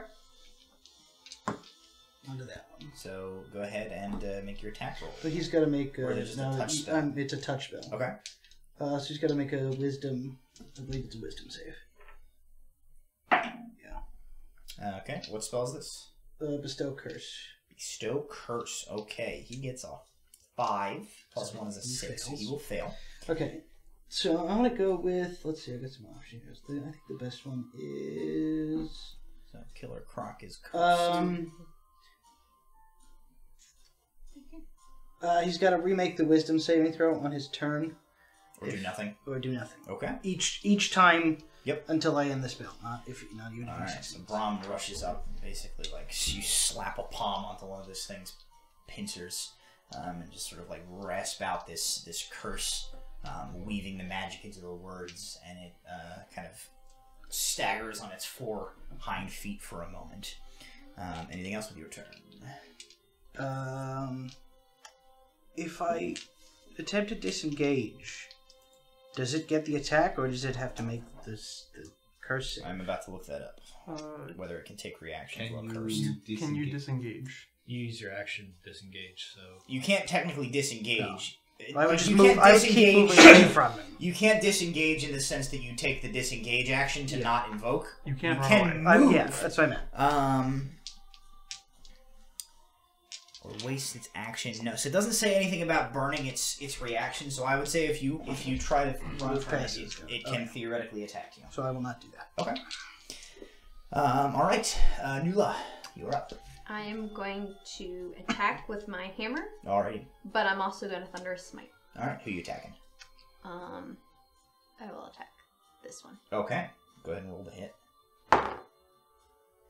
That's 23. Definitely hits. It's first attack, second attack. I think you only get 1 if you cast the spell? Question mark. I think you get both attacks. The smite only goes on the Okay. first one, I believe. And then the second attack is 18. That also hits. Alright, so first attack is... That's 9, 11 plus 15.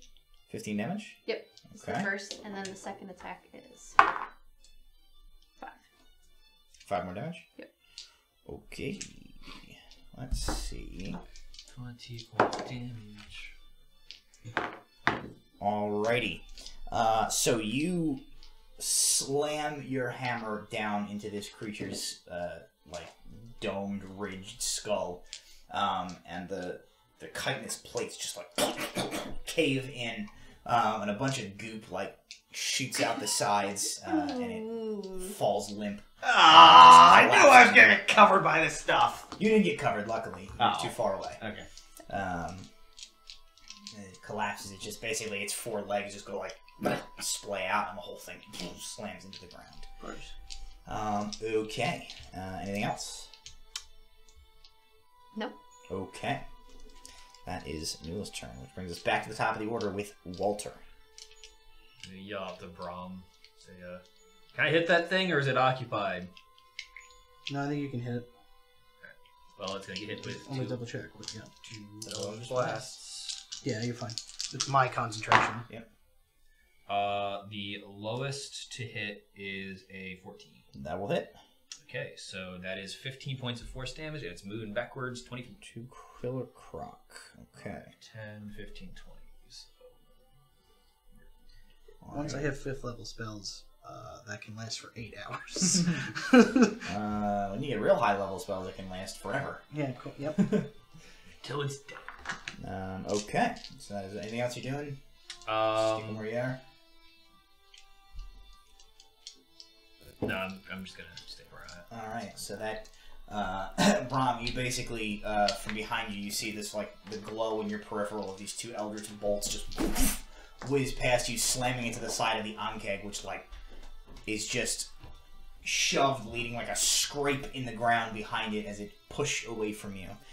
Still sort of looking a little dazzled by your curse upon it. You've officially disengaged. Which brings us again to Fidget.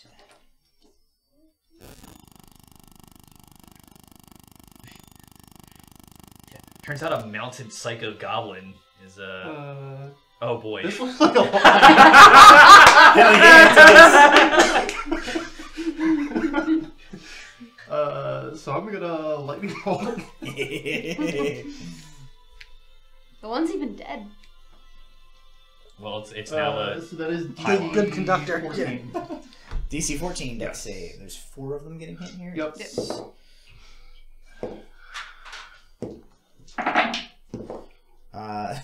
They dex save, right? Yep. They all fail.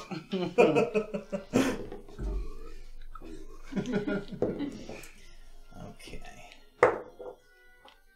That is 32 points of lightning damage. Goblin, just Emperor Palpatine's these bitches. yeah, he's on his horse screaming. Cackling like a mad person. Unlimited powers! Do we... 32, you said? Yeah. On a related note, You've chosen finally- well, Nula. I finally saw that movie on Saturday. Oh. Thank God. Revenge of the No Sith? spoilers on... The new Star Wars. no spoilers on stream. Meanwhile, back in Fantasy World, Fidget Tesla cannons this entire row of Ankeg. It's just bolt of lightning shoots from his hand in the blink of an eye, streaking across the open space in the gorge, passing 1, 2, 3, 4 through all 4 Ankeg and slamming into the stone wall on the other side of them. They all give this terrible this high pressured squeal comes out of all of them, which is less them screaming in pain and more the superheated pressure of their guts being boiled within them and just ejecting out from between the chitinous plates. The dragon one and the dog drop dead to the ground. Did I get hit by this? No. No. Okay. And these two look badly scorched, but are still on their many legs,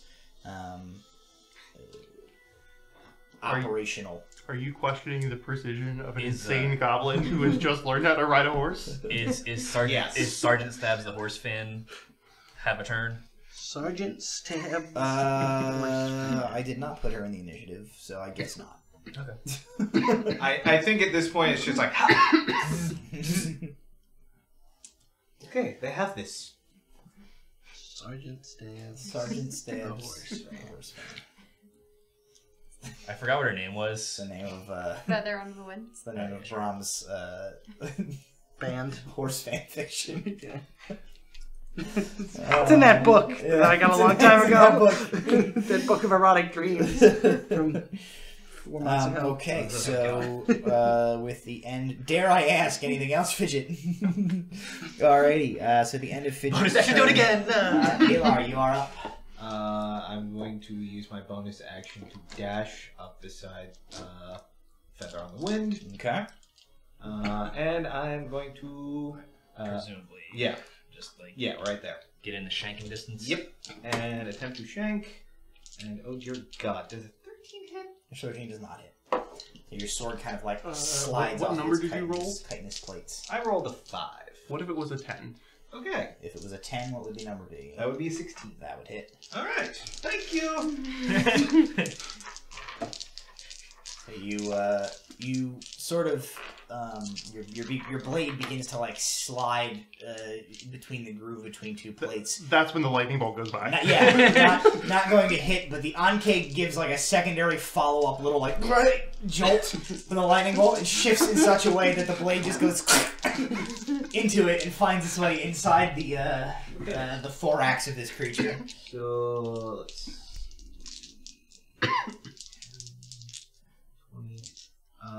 23 points piercing and 6 points thunder. Alrighty, let's see. Against blue guy. Pops like a paint-filled balloon. It's like a pimple. Oh, Ah, you made it worse. 6. Thanks. Yep. Yes, you kind of like you stab, and as you yank your rapier back out of it, there's like the of the thunderous strike, and several of its plates, the chitinous plates from the inside, go like out of alignment as the interior of it just like implodes, and it just topples over, like flopping over the one next to it, dead and no longer moving. Which brings us to the final Ankeg, which is going to Make a save again. roll this Come out and first. super like, oh no, everything's It's dead. going to roll that save. What's the mark? 14. And it's a wisdom? Yeah. So it does make it. Is that at the end of its turn or the beginning of its turn? No, it's to wait To its begin, action. yeah. Okay, so it does that. And it is going to move up. And it is going to attempt to bite Alar. Okay, Marcus 14. Oh, yeah, he's too far away. Yeah. What's that? I can't Let's make sure the camera can see that. Unfortunately, that is not to come to pass, as it only rolls a 6, which gives it an 11, so that's not enough to hit. Gives him a nice smooch on the forehead. Licks him right. Ah! Congratulations, you have craft disturbing image. So the it kind of like lunges its head at you. These pincers like gnashing as you Jesus back up out of the way. That is its turn, and Brahm, that brings us to you. Alright. We'll run up. Stab it in the face, man. Yep. And it's gonna be Good hits. yeah, okay. Yeah, 16 plus things Oh, hits. yeah. Okay.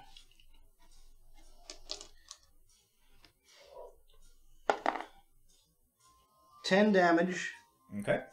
It's still alive. I take It's still alive. Okay. You stab into it. And this is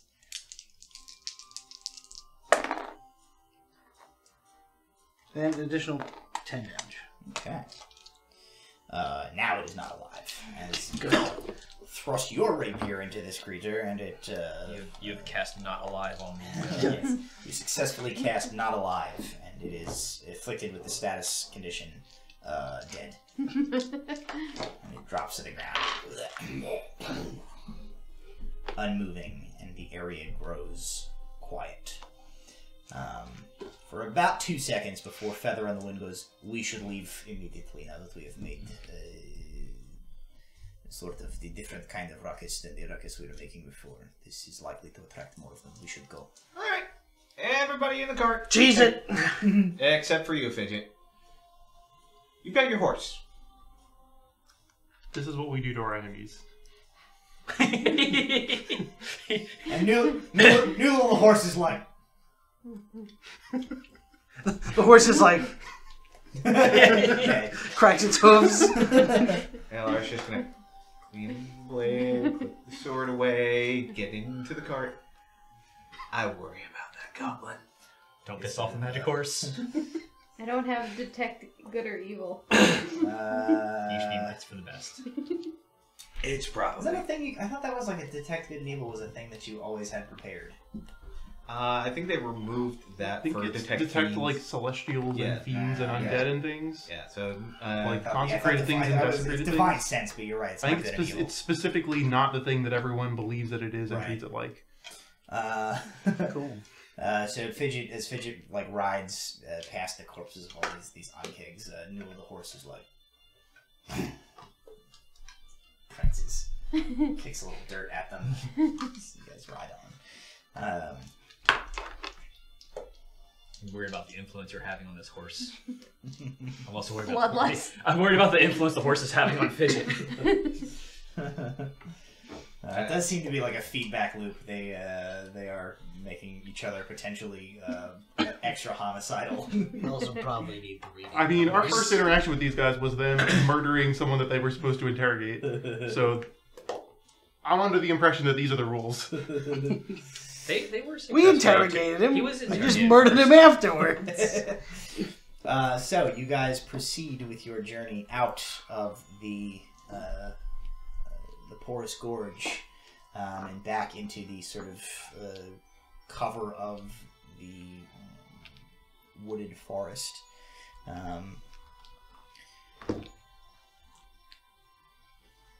As you travel the remainder of your day, sort of by the time to break for camp for the night, Feather in the Wind basically kind of shows you on her map. You have essentially made it back to like where you would have been at the end of the day, but like you've lost about a half a day. You're like back on your original course, so sort of like where you would have been had you forded that river and then traveled during this time yesterday. Your night on the fifth night of your journey passes without incident. The next day you spend traveling. The rain finally stops fully, and the sun comes out, which is a welcome relief from the constant, just miserable pelting of sky water that you've been experiencing over the better part of the last week. But has quickly as the sun kind of rises towards midday, the unpleasant side effect of it becoming extremely humid, as the saturated ground and foliage begins to like evaporate off into the air, and everything is just like muggy and hot, and your clothes are like sticking to you. Are there cicadas? Sure. No, the flowers are screaming. Yeah. More peeps. It's more peeps. They're in the distance though, so it's more like. No, Nula. No, we have to stay on course. No. No. There are no peeps today. You travel your sixth day uneventfully, and make camp again for that night.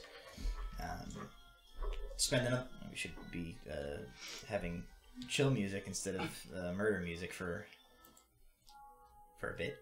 Hey, how relaxing. Now we go to the Minecraft server. Yep, you guys spend the night punching trees, making wood blocks out of them. And part of the way through the night, a creeper comes and blows up your camp. I didn't think this was We had a good run. I lost all my stuff. That's the noise you make when you get hit in Minecraft, right? So Brom puts a bucket of lava on the house. night 6 passes without incident. Day 7 begins. You travel for about 4 hours after breaking down camp. You find yourself now in a portion as you grow ever closer. You're according to Feather on the Wind's maps, you're perhaps a 10-day from the coast, and you find yourself more and more so in these portions where the trail is becoming these like winding switchbacks that traverse these sort of series of very steep, almost like sheer 90-degree angle cliff faces, making your way lower and lower in elevation the further that you move south and west. And as you were traveling along one of these paths, you have on your left side a steep, rocky wall, and on your right, after the 15-foot or so path that has been led, a very steep drop of about 60-70 feet towards where the next path is below. And you come across another pair of travelers. They are 2 individuals wearing kind of simple clothes native to the region. They have sort of rough spun cloths. They have these sort of like ponchos that they're wearing, woven from what looks like either like wool or some other sort of animal hair. They have with them a pair of donkeys which are laden with supplies. From what you can see, it looks like just like cloth, tools, things like that. Standard stuff that somebody traveling with goods would be taking from one place to another. And the donkeys are sort of on the side of the trail here, closer to the rock wall, and the 2 individuals are standing in front of a large washout in the trail. A gap of about 10 feet across has like crumbled away from the trail, leaving basically just like a steep slide between where you guys are walking and where the trail continues. As you guys approach in your cart, they kind of turn to see you.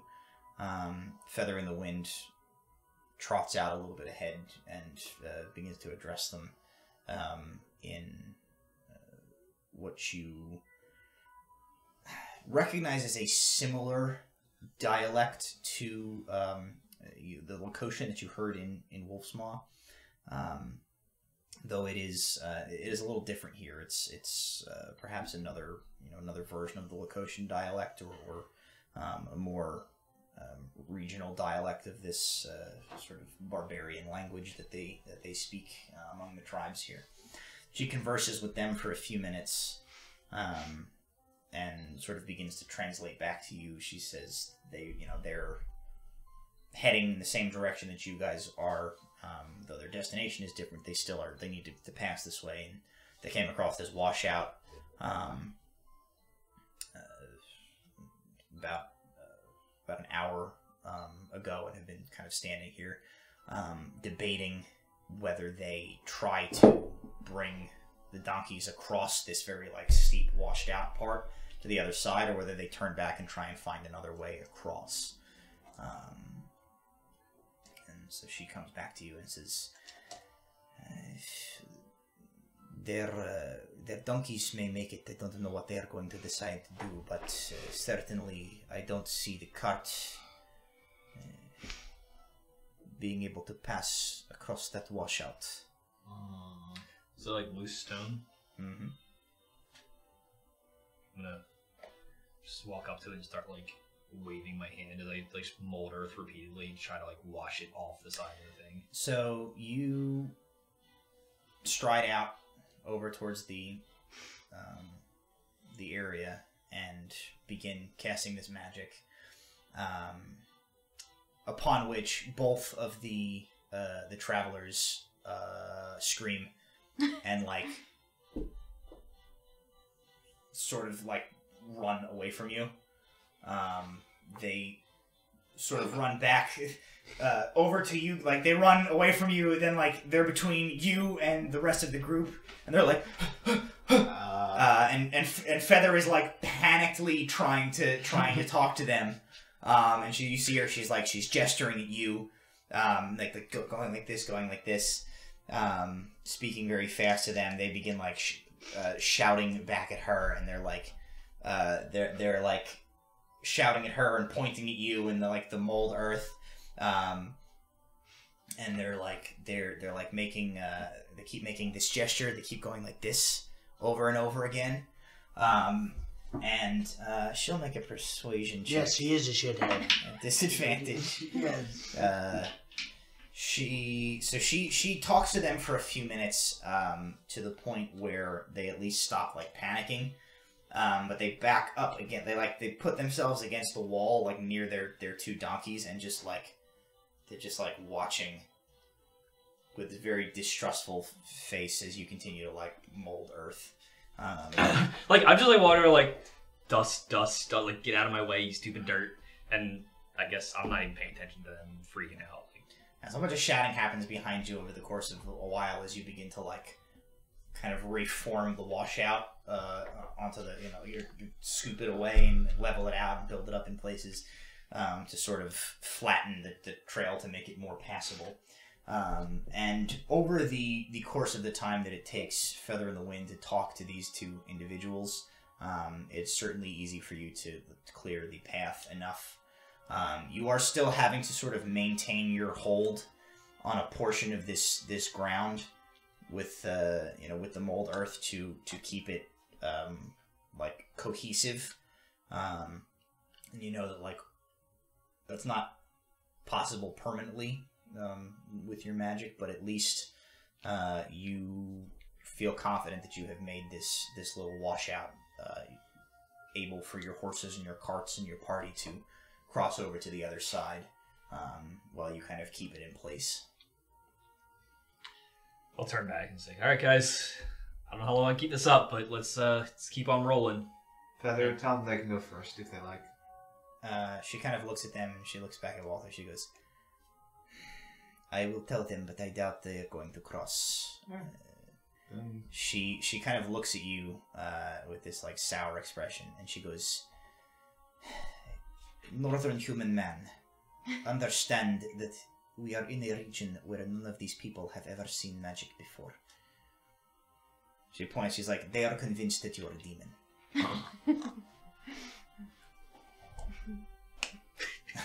Pop Morgan back. They grab their donkeys and head the other way down the road. And she's like, fuck it. If you do that in the place that you are going to try and accomplish your mission, assuming they don't try to kill you, they are at the very least not going to provide helpful. Perhaps it is better to use your brain from now on when interacting with people. Fair point. However, I don't know how long I can hold this dirt. I can't guarantee they would have made it across safely. Wonderful. Let's get across. Walking across the dirt. I'll lead Henrietta in the cart. So you guys managed to make it across. Walter is able to keep the path nice and firm for everybody to cross. You get the carts, the horses across, no problem. The two travelers and their donkeys are gone.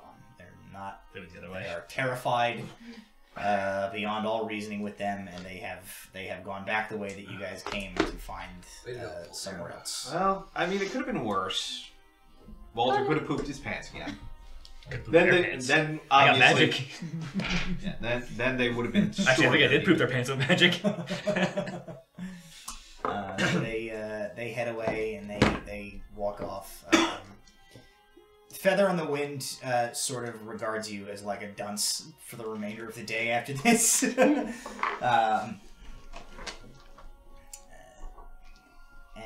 you guys are able to continue on your way.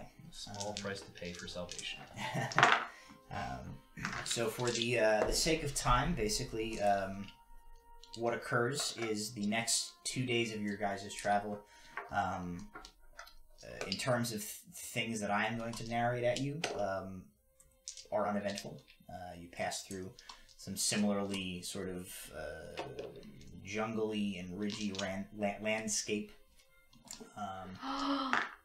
I spy. My next statement was going to be if there's any conversations that you guys are having with each other, or anything that you guys are doing over the next couple of days, the table is of course yours for the time being. I spy with my little eye something green. Is it consensus? What? Is it me? No. Good, because that'd be racist. A grayish green. It's green enough. So magic is gonna be a problem down here. It was a leaf. It was a leaf, guys. Okay, great. Thanks, Nula. I am okay with pretending to be just the guy with a shovel. Fidget, are you okay with just being a Goblin with a horse? You know what? We're just gonna. I don't even know anymore. I was gonna say I can be subtle, but I don't know if a goblin with a horse is We are not subtle. at all. This All party you know is what? not Alright, what's more subtle? A goblin with a horse or a horse with a goblin? Easy question. So, Feather, how long have you been serving as a guide for idiot northerners like us? She says, this is, I believe, my 8th rainy season doing this. I originally migrated north from the Iolocus archipelago to travel, see things, explore the world. Honorand is a vast and beautiful place.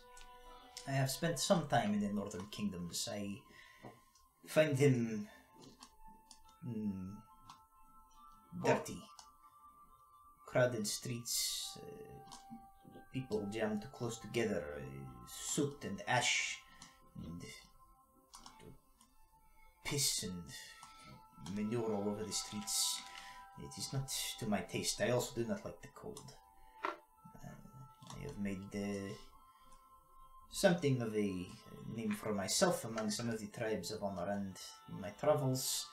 Enough at least that I can, on occasion, take the odd job leading people to a place that they need to go.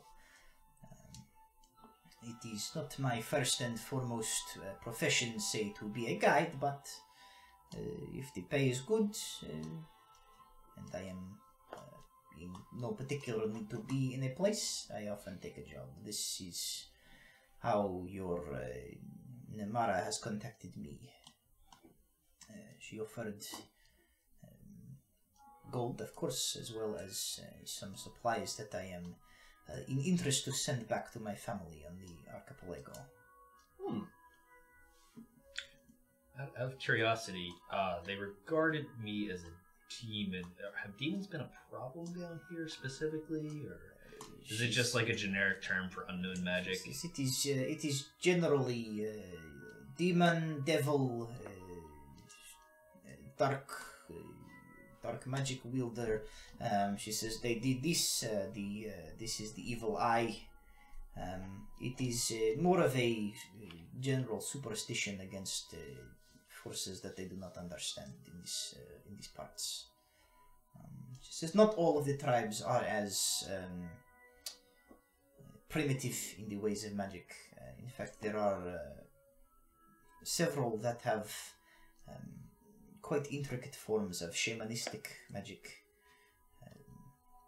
But by and large, it is best in this region to at least forewarn those you come across before just beginning with the outward displays of magic. You never know who you're going to run into. That's fair. I do apologize. It's been part of my existence for a couple of years now. I'm kind of used to just using what's most convenient. She says, I get paid either way. If you shoot off a bunch of magic when you get to Malat'ka and they kick you out, this is your problem. Malat'ka is a no magic place? I have only been there one time several years ago, but they have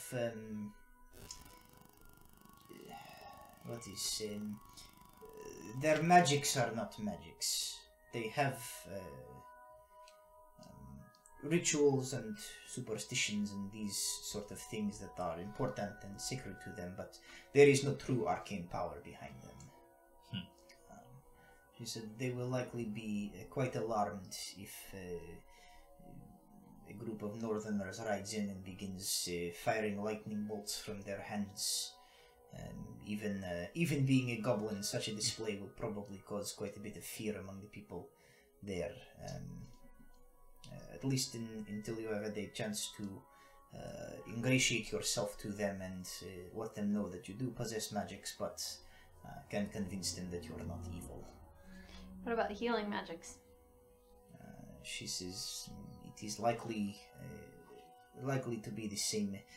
Many stories of the tribes in this region, specifically when it comes to creatures of the Fae, are quite wary of creatures that pose as healers and caregivers. Things of this nature are often regarded as tricks by creatures of the Fae to perhaps steal or replace an individual with a changeling. Stories like this. Well, as we travel, I can demonstrate some of my lesser magics to you, and if you can tell me if any of them are a good opener to indicate that we are magically capable, that would probably be more helpful than trying to figure out what to open up with. She says, I think perhaps a tactic of tell not show is best. Speak to them about this once you have reached that point. You are perhaps overestimating your ability to even get the people of Malat'ka to talk to you in the first place. They will likely be suspicious of northerners. The fact that Fidget travels with you was the only reason I agreed to the Lady Nemara's contract. I would otherwise have told her what I believe most of the other guides she contacted did, that there would be no way that such a remote village would allow a group clearly consisting of individuals from the northern kingdoms within their borders. But the presence of myself and at least another native of Amarand will go a long way to opening the doors for us. Guess they don't get many Dragonborn down here. There are a few clans of Dragonborn that roam these regions, but this, she sort of gestures at your kind of armor and your tabard and your regalia. She says, this will give you away as one not of this area, at least visually. And are members of the Order of Radiant Dawn well regarded, ignored, or even hated here? She says, I doubt they know who the Order of the Radiant Dawn are here. He says they keep to their city by the blighted peninsula, and not. It is quite the oddity that even you have one traveling with you outside of their borders. Oh. Most of the people here, I doubt, have ever heard of them. Fair. Well, we will use diplomacy as best we can, and hopefully we can get someone to take us where we need to go. Hopefully we, besides yourself, Feather, and Fidget, I assume that you speak one of the local languages here? I am not good at social skills. Right. I assume Fidget speaks Goblin, right? Yes. Goblin is a more commonly spoken language in this region, so there is a chance that some of the people here might speak some Goblin. In which case, you would be able to communicate with them on that level. If Feather on the Wind is saying that being a goblin is fine, then I imagine that Goblin is good enough. I don't know that I'm the person that you want making our first impression. That's a fair point. Unfortunately, all the languages I speak tend to be northern languages, unless somebody down here speaks Draconic or Dwarvish. I don't want to lead off with Elvish. Probably bad memories of Ignian and Invarian.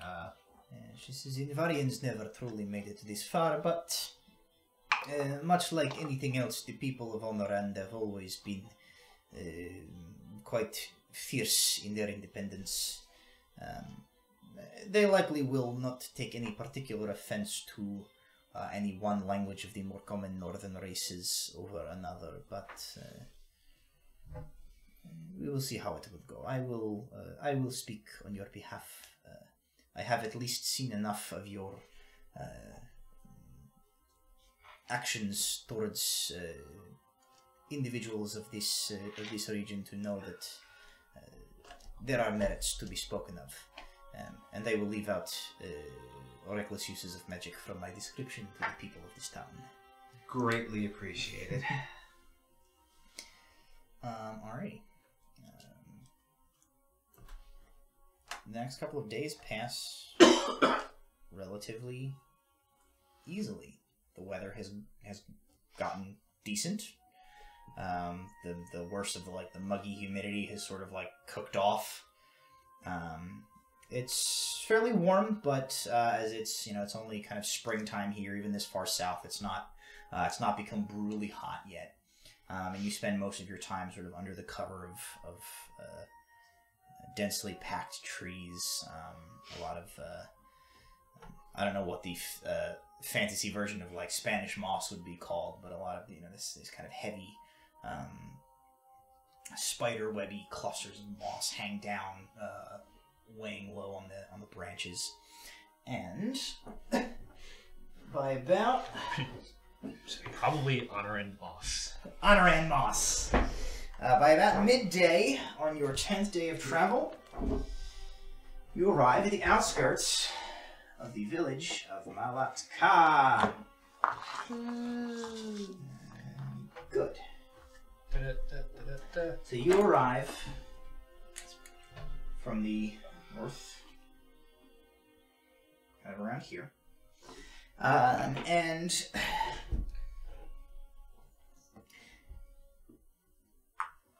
the village is not so much a bastion of civilization in the midst of the wilderness, so much as it is sort of just... There's houses here? There's some structures here, sort of incorporated into the nature surrounding the area. The buildings are little more than huts made of clay and wood with thatched roofs. Nothing like a window or a door on anything. There is no paving or real roads through the region, just sort of kind of muddy, beaten down paths marking where generations of people have walked through this area. You get the impression as you sort of get your first glimpse of the place. It's a little difficult to tell quite how far the village proper spans, but you doubt more than 100 or so people live in this place. There is a narrow branch of a river kind of winding nearby to the village here, and as you are entering into this, kind of the clearings in the trees where you begin to walk between buildings, you see a few people kind of just going about their business. People are, like weaving baskets from reeds, hanging like strings of fish outside their huts, cooking over fires. You instantly get the all eyes on you treatment as you guys kind of roll in, led by Feather, and all of the folks going about their business. You just see them like frozen in whatever they're doing, just like watching you guys. And after you get sort of into this first clearing, a woman sort of walks up, and Feather in the Wind moves over to intercept her and hails her in a language that you guys are not familiar with. The woman seems kind of sour, so she sort of walks up, and you hear her begin to be like,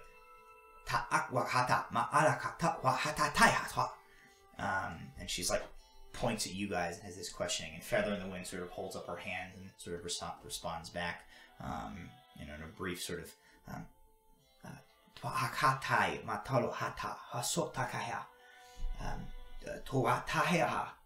and she sort of turns back to you and she says, I am asking to be taken to the leader of the village to speak to them about the group of you being here.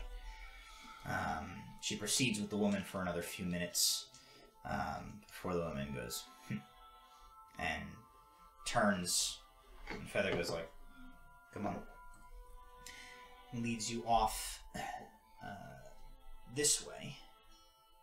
You guys pass beneath some kind of heavier wooded areas and make your way to a large open area here where there is a long semicircular sort of like lodge-esque building. You can see a number of like chimneys are in it with smoke roiling out the top. In the center of this clearing there is a large, about a 12-foot tall like totem with the visages of a number of different animals carved into it. You see what looks like a bear, what looks like an eagle or a bird of some sort. Something that is vaguely lupine in appearance, as well as something that is more like feline in appearance right at the very top. And you guys come to a stop with your carts in this area, and the woman goes, Kota, and walks into the lodge there. And after about a minute, comes back out and is followed by a pair of older individuals, a man and a woman. Hard to gauge their exact age by, sort of like by like northern standards. They look like they're probably in their like 60s, but kind of the hard living of Honoran, maybe, it's possible that they're not quite as old as that, though they are definitely sort of venerable in age. Humans, both of them, wearing garments of hide that have been decorated with various like strips of like furs and pelts from different creatures.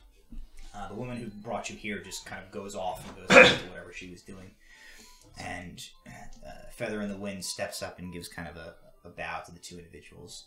And the man looks over you, and he has a pretty like tight drawn grim expression on his face as he begins to converse with Feather on the Wind. So you guys kind of just sort of like stand awkwardly for a while as I'm gonna catch his eye also. Sure. So you stand there for a while as they kind of go back and forth. And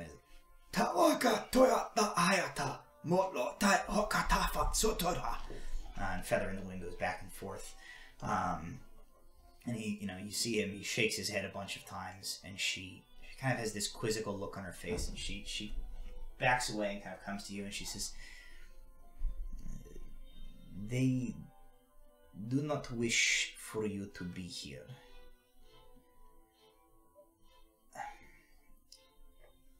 They are worried about something.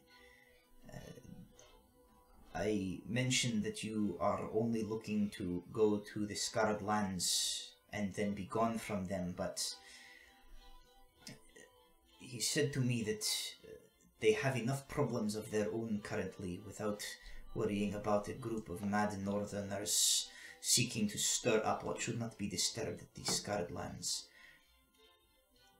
I'm not sure what is troubling them, but it seems like they are having some sort of problems. Be happy to help as an act of goodwill. I don't know Yes, if they'd be willing to accept it, but we're willing to, free of charge, help. We need to get where we need to go. As trade, assist with their problems in any way we can, for the right to pass it through to the Scarred Lands. I actually figured out that him was like, yes, that. So she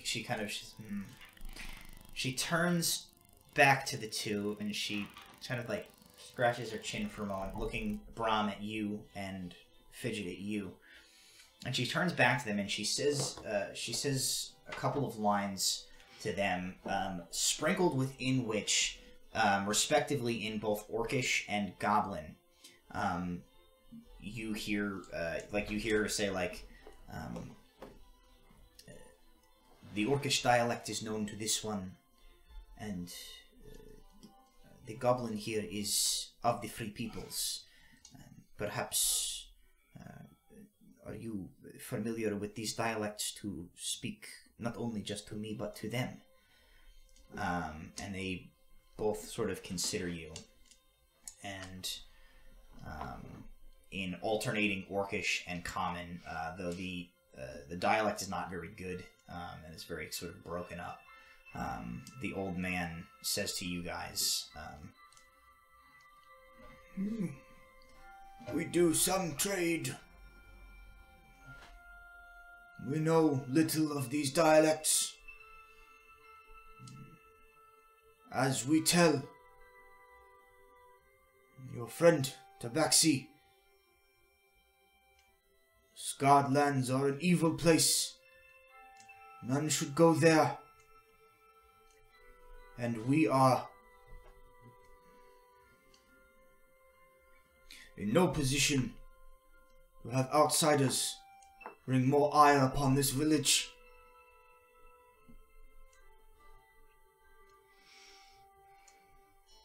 Oh, is he done? He's done. Okay. What is it that troubles your village? I'm trying to... He doesn't understand a lot. We're trying to make it simple. The woman now speaks. She kind of shakes her head. She says, our problems are not for outsiders to know. Possible even troubles are connected to you. And Feather on the Wind kind of says, this seems unlikely. Whatever your trouble might be, we have only just arrived. And the man says, several moons are trouble. He says, you see, we have only just come here. We are not responsible for whatever you have, but these are honorable people, even for northerners. I have seen with my own eyes. They have respect and compassion for the ways of the free people of Amarand. They are here on a peaceful mission with desire to help the people of the Malat'ka. perhaps they would be, as they say, they are willing to help with your troubles. If only you would tell them what is going on. And the two kind of look, and the older man sort of looks to you, Fidget, as you haven't sort of said anything yet. He says, well, what do you say of this? Is the Tabaxi true in her speech? What do I know about the culture of these sort of tribes out here? These guys specifically, probably not much, but you know, as a rule of thumb, the culture of the Free Peoples of Honorand is that they are above all else, they are fiercely independent, and they pride the individual. While they do exist in sort of a there's many different tribes of varying sizes. Above all else, the essentially every individual in Honorand is considered equal to any other. They tend to look harshly on outsiders, as sort of their view of the northern kingdoms is that the people there essentially commit themselves to these sort of whether it be a literal caste system like exists in the Ignean Empire, or just sort of the hierarchy of money or wealth or any forms of power that sort of puts individuals above each other. They sort of scoff at that entire way of running a society. So that's generally why they are distasteful towards outsiders, as well as the fact that, for the most part, any time there's been significant contact between people from northern kingdoms and them, it's largely in a we're here to take your land and your stuff, and they don't really go for that. But they are deeply concerned with personal honor, as well as respect. That every individual is equal in deserving of respect and of their own personal freedom.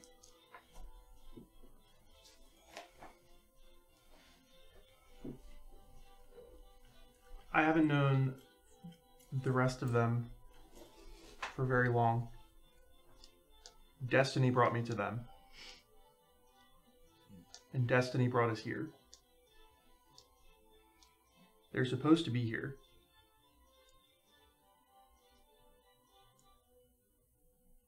I haven't seen much, but they are not like other Northerners.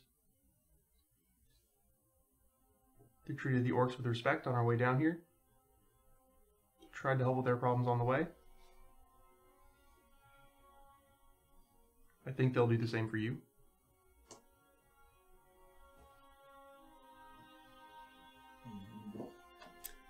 Make a persuasion roll. Oh no. Bardic inspiration.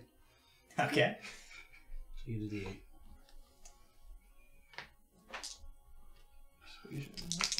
Oh, good. Nice. Well, that's a 19. Nice. Plus 8 is 27. Minus 1 is 26. It was necessary anyway. The older man. Well, what if it wasn't a 19? What if it was a 4? Oh no. Give me back my The bardic older inspiration. man seems about to be swayed by your speech, but then you loudly fart, and he is very offended. No. You accidentally set fire to their totem. Oh, no. He seems doubtful but the woman next to him places a hand sort of on his forearm, and you hear her say to him,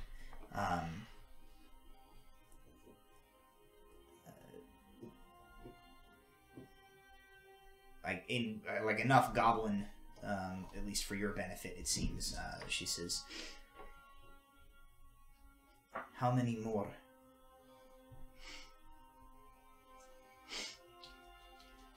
We have nothing to lose, I think, by seeking help. Put aside pride for our people.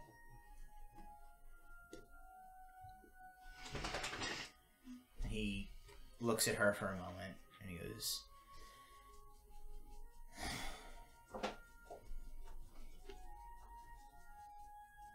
"Okay.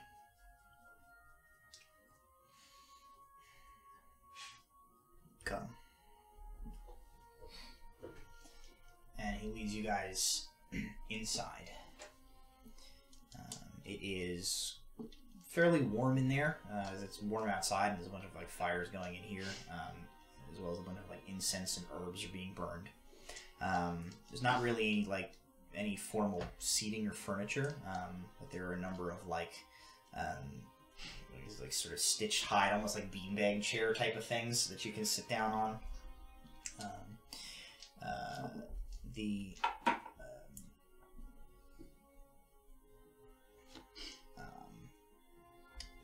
The two individuals take a pair of seats around one of the fires and sit and wait for the rest of you kind of to settle in as well. And once you have done so, the older man begins speaking, and he switches to his own like normal dialect, speaking directly to Feather, and she then begins like a steady translation to you guys as he speaks. So he kind of starts talking.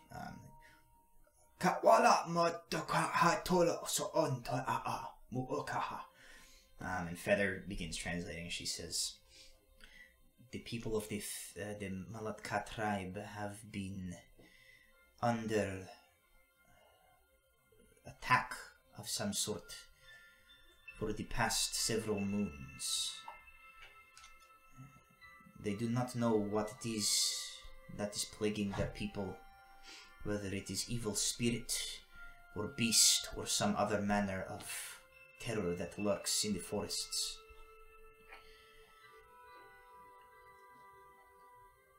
There have been several attacks spaced out over the past several months that have occurred.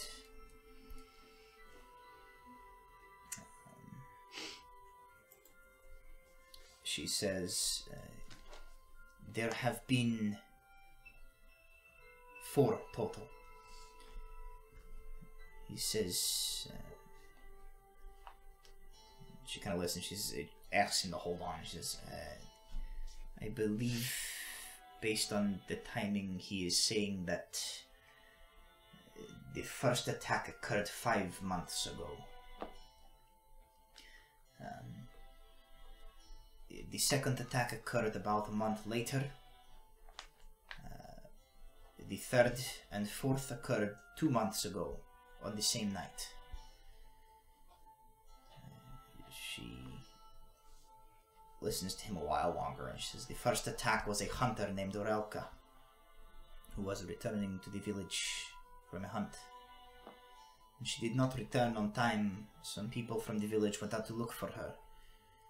They found her body about a day outside the village, ravaged by animals, but her injuries indicated some sort of large beast was what killed her. The second attack occurred near the river. A net fisherman named Lopa was night fishing. His screams drew the others to him, but he was dead by the time anyone got there. He also had been savaged by some sort of massive animal. The third and fourth attacks happened at the same time. Something tore into a hut shared by a woman and her partner, Prisha and Nava. Prisha was killed, but Nava survived. She suffered some very serious wounds. They believe she will survive, but she is still in bad shape and has been fighting off an infection. She refuses to talk to them about what happened to her and Prisha. This is all the information they have. About a month apart, each of these attacks, and they only happen at night. Any specific phases of the moon? Half moon, new moon, full moon? They around it? She turns and relays that question to them. Some sort of pattern? The woman responds to her, and a moment later she translates. She says, "Indeed, the attacks have occurred on the last night of the full moon each month." When's that? In comparison to now? Yeah. Shortly. Couple days. 5-6 days probably. Werewolves. Think. Are they? Knowledge Arcana? You can make an Arcana check. 22. Sure. Last night before. You definitely have, though no direct encounter with any of these type of creatures. You certainly know of lycanthropy. Some believe it to be a disease. Some believe it to be a more like arcane in nature curse. But it is an affliction that causes individuals to, depending on the individual and depending on the story that you hear, either there are individuals who are completely normal most of the time, but on the full moon are transformed into horrible, bloodthirsty monsters that rampage through forests and wilderness and towns and wherever they happen to be, killing and eating people. And some of the more fantastic tales tell of like carrying babies off into the night and things like that. Whereas other stories would indicate that creatures with this affliction have some control over their ability to shapeshift. But by and large, these superstitions are all generally agree that they are a normal humanoid with a specific condition that causes them to transform into a creature of some sort, and that it is dangerous to encounter one, as they are very, very powerful and very hard to kill.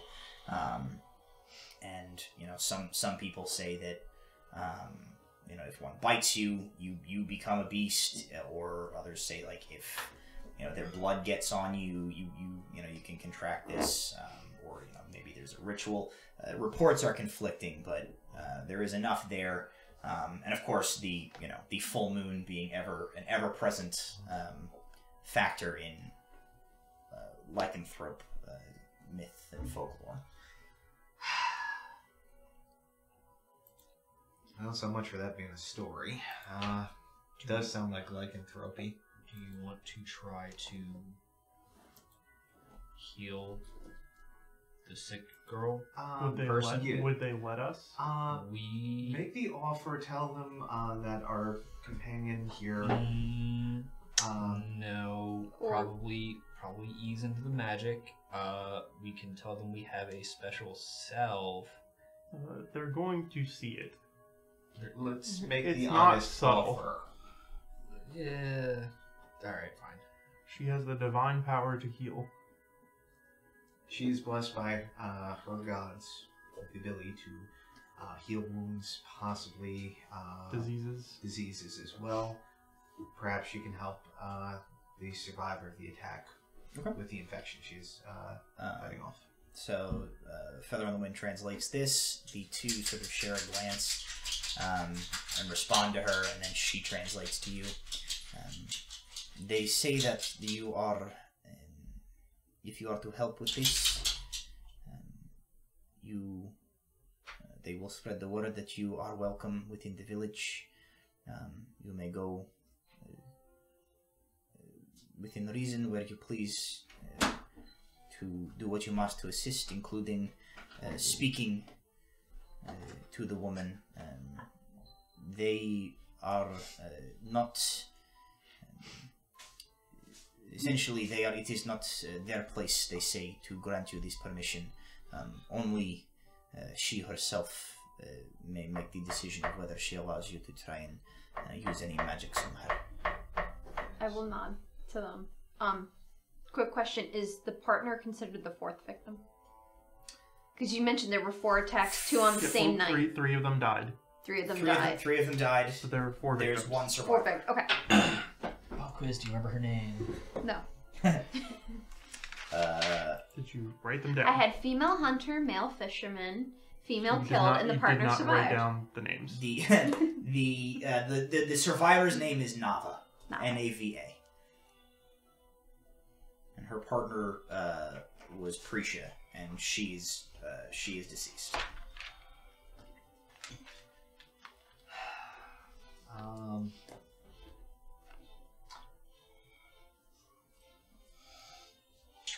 Let's see what else. Any similarities between the 4 individuals attacked? Just appears like they were otherwise in a private, secluded location that didn't have immediate help except for the house. So a little bit of the discussion you get as they, kind of as you question them a little more on this. The first attack occurred a ways away from the village, to the northeast. The second attack was the fisherman. The second attack occurred on sort of like the outskirts of the village, much closer. And the sort of third and fourth joint attack occurred like in the village itself, in the dwelling of Prisha and Nava here. Let's see if we can get Nava's permission not only to heal her, but to take a look at the dwelling. There might be clues as to what specifically attacked her and her partner. Seems like as good a place to start as any. Yep. Okay. So as you guys have some details of what you suspect might be some sort of a lycanthrope somewhere in this area, some information, a few places to check out where some attacks occurred, and 1 survivor that you want to go talk to. We will end tonight's session and pick up at beginning your investigation next week. Thank you guys for joining us. If you've been with us during the episode tonight, here, I got this one here for you. Here is these. You pass these out, so we'll do the D20. If you have stuck with us over the course of tonight's session. Oh no, these ones are confusing.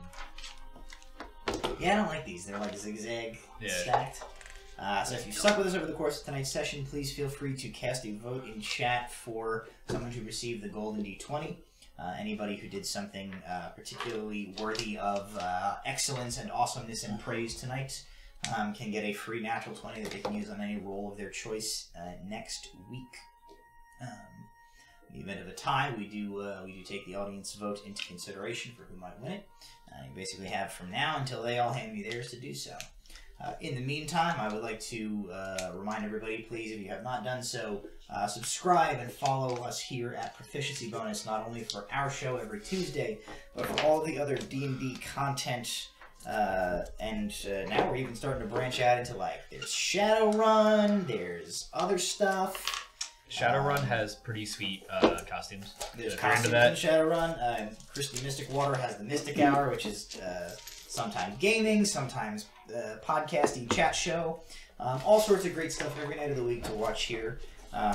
If you are watching this at a later date on YouTube, we are Tabletop Legends on YouTube.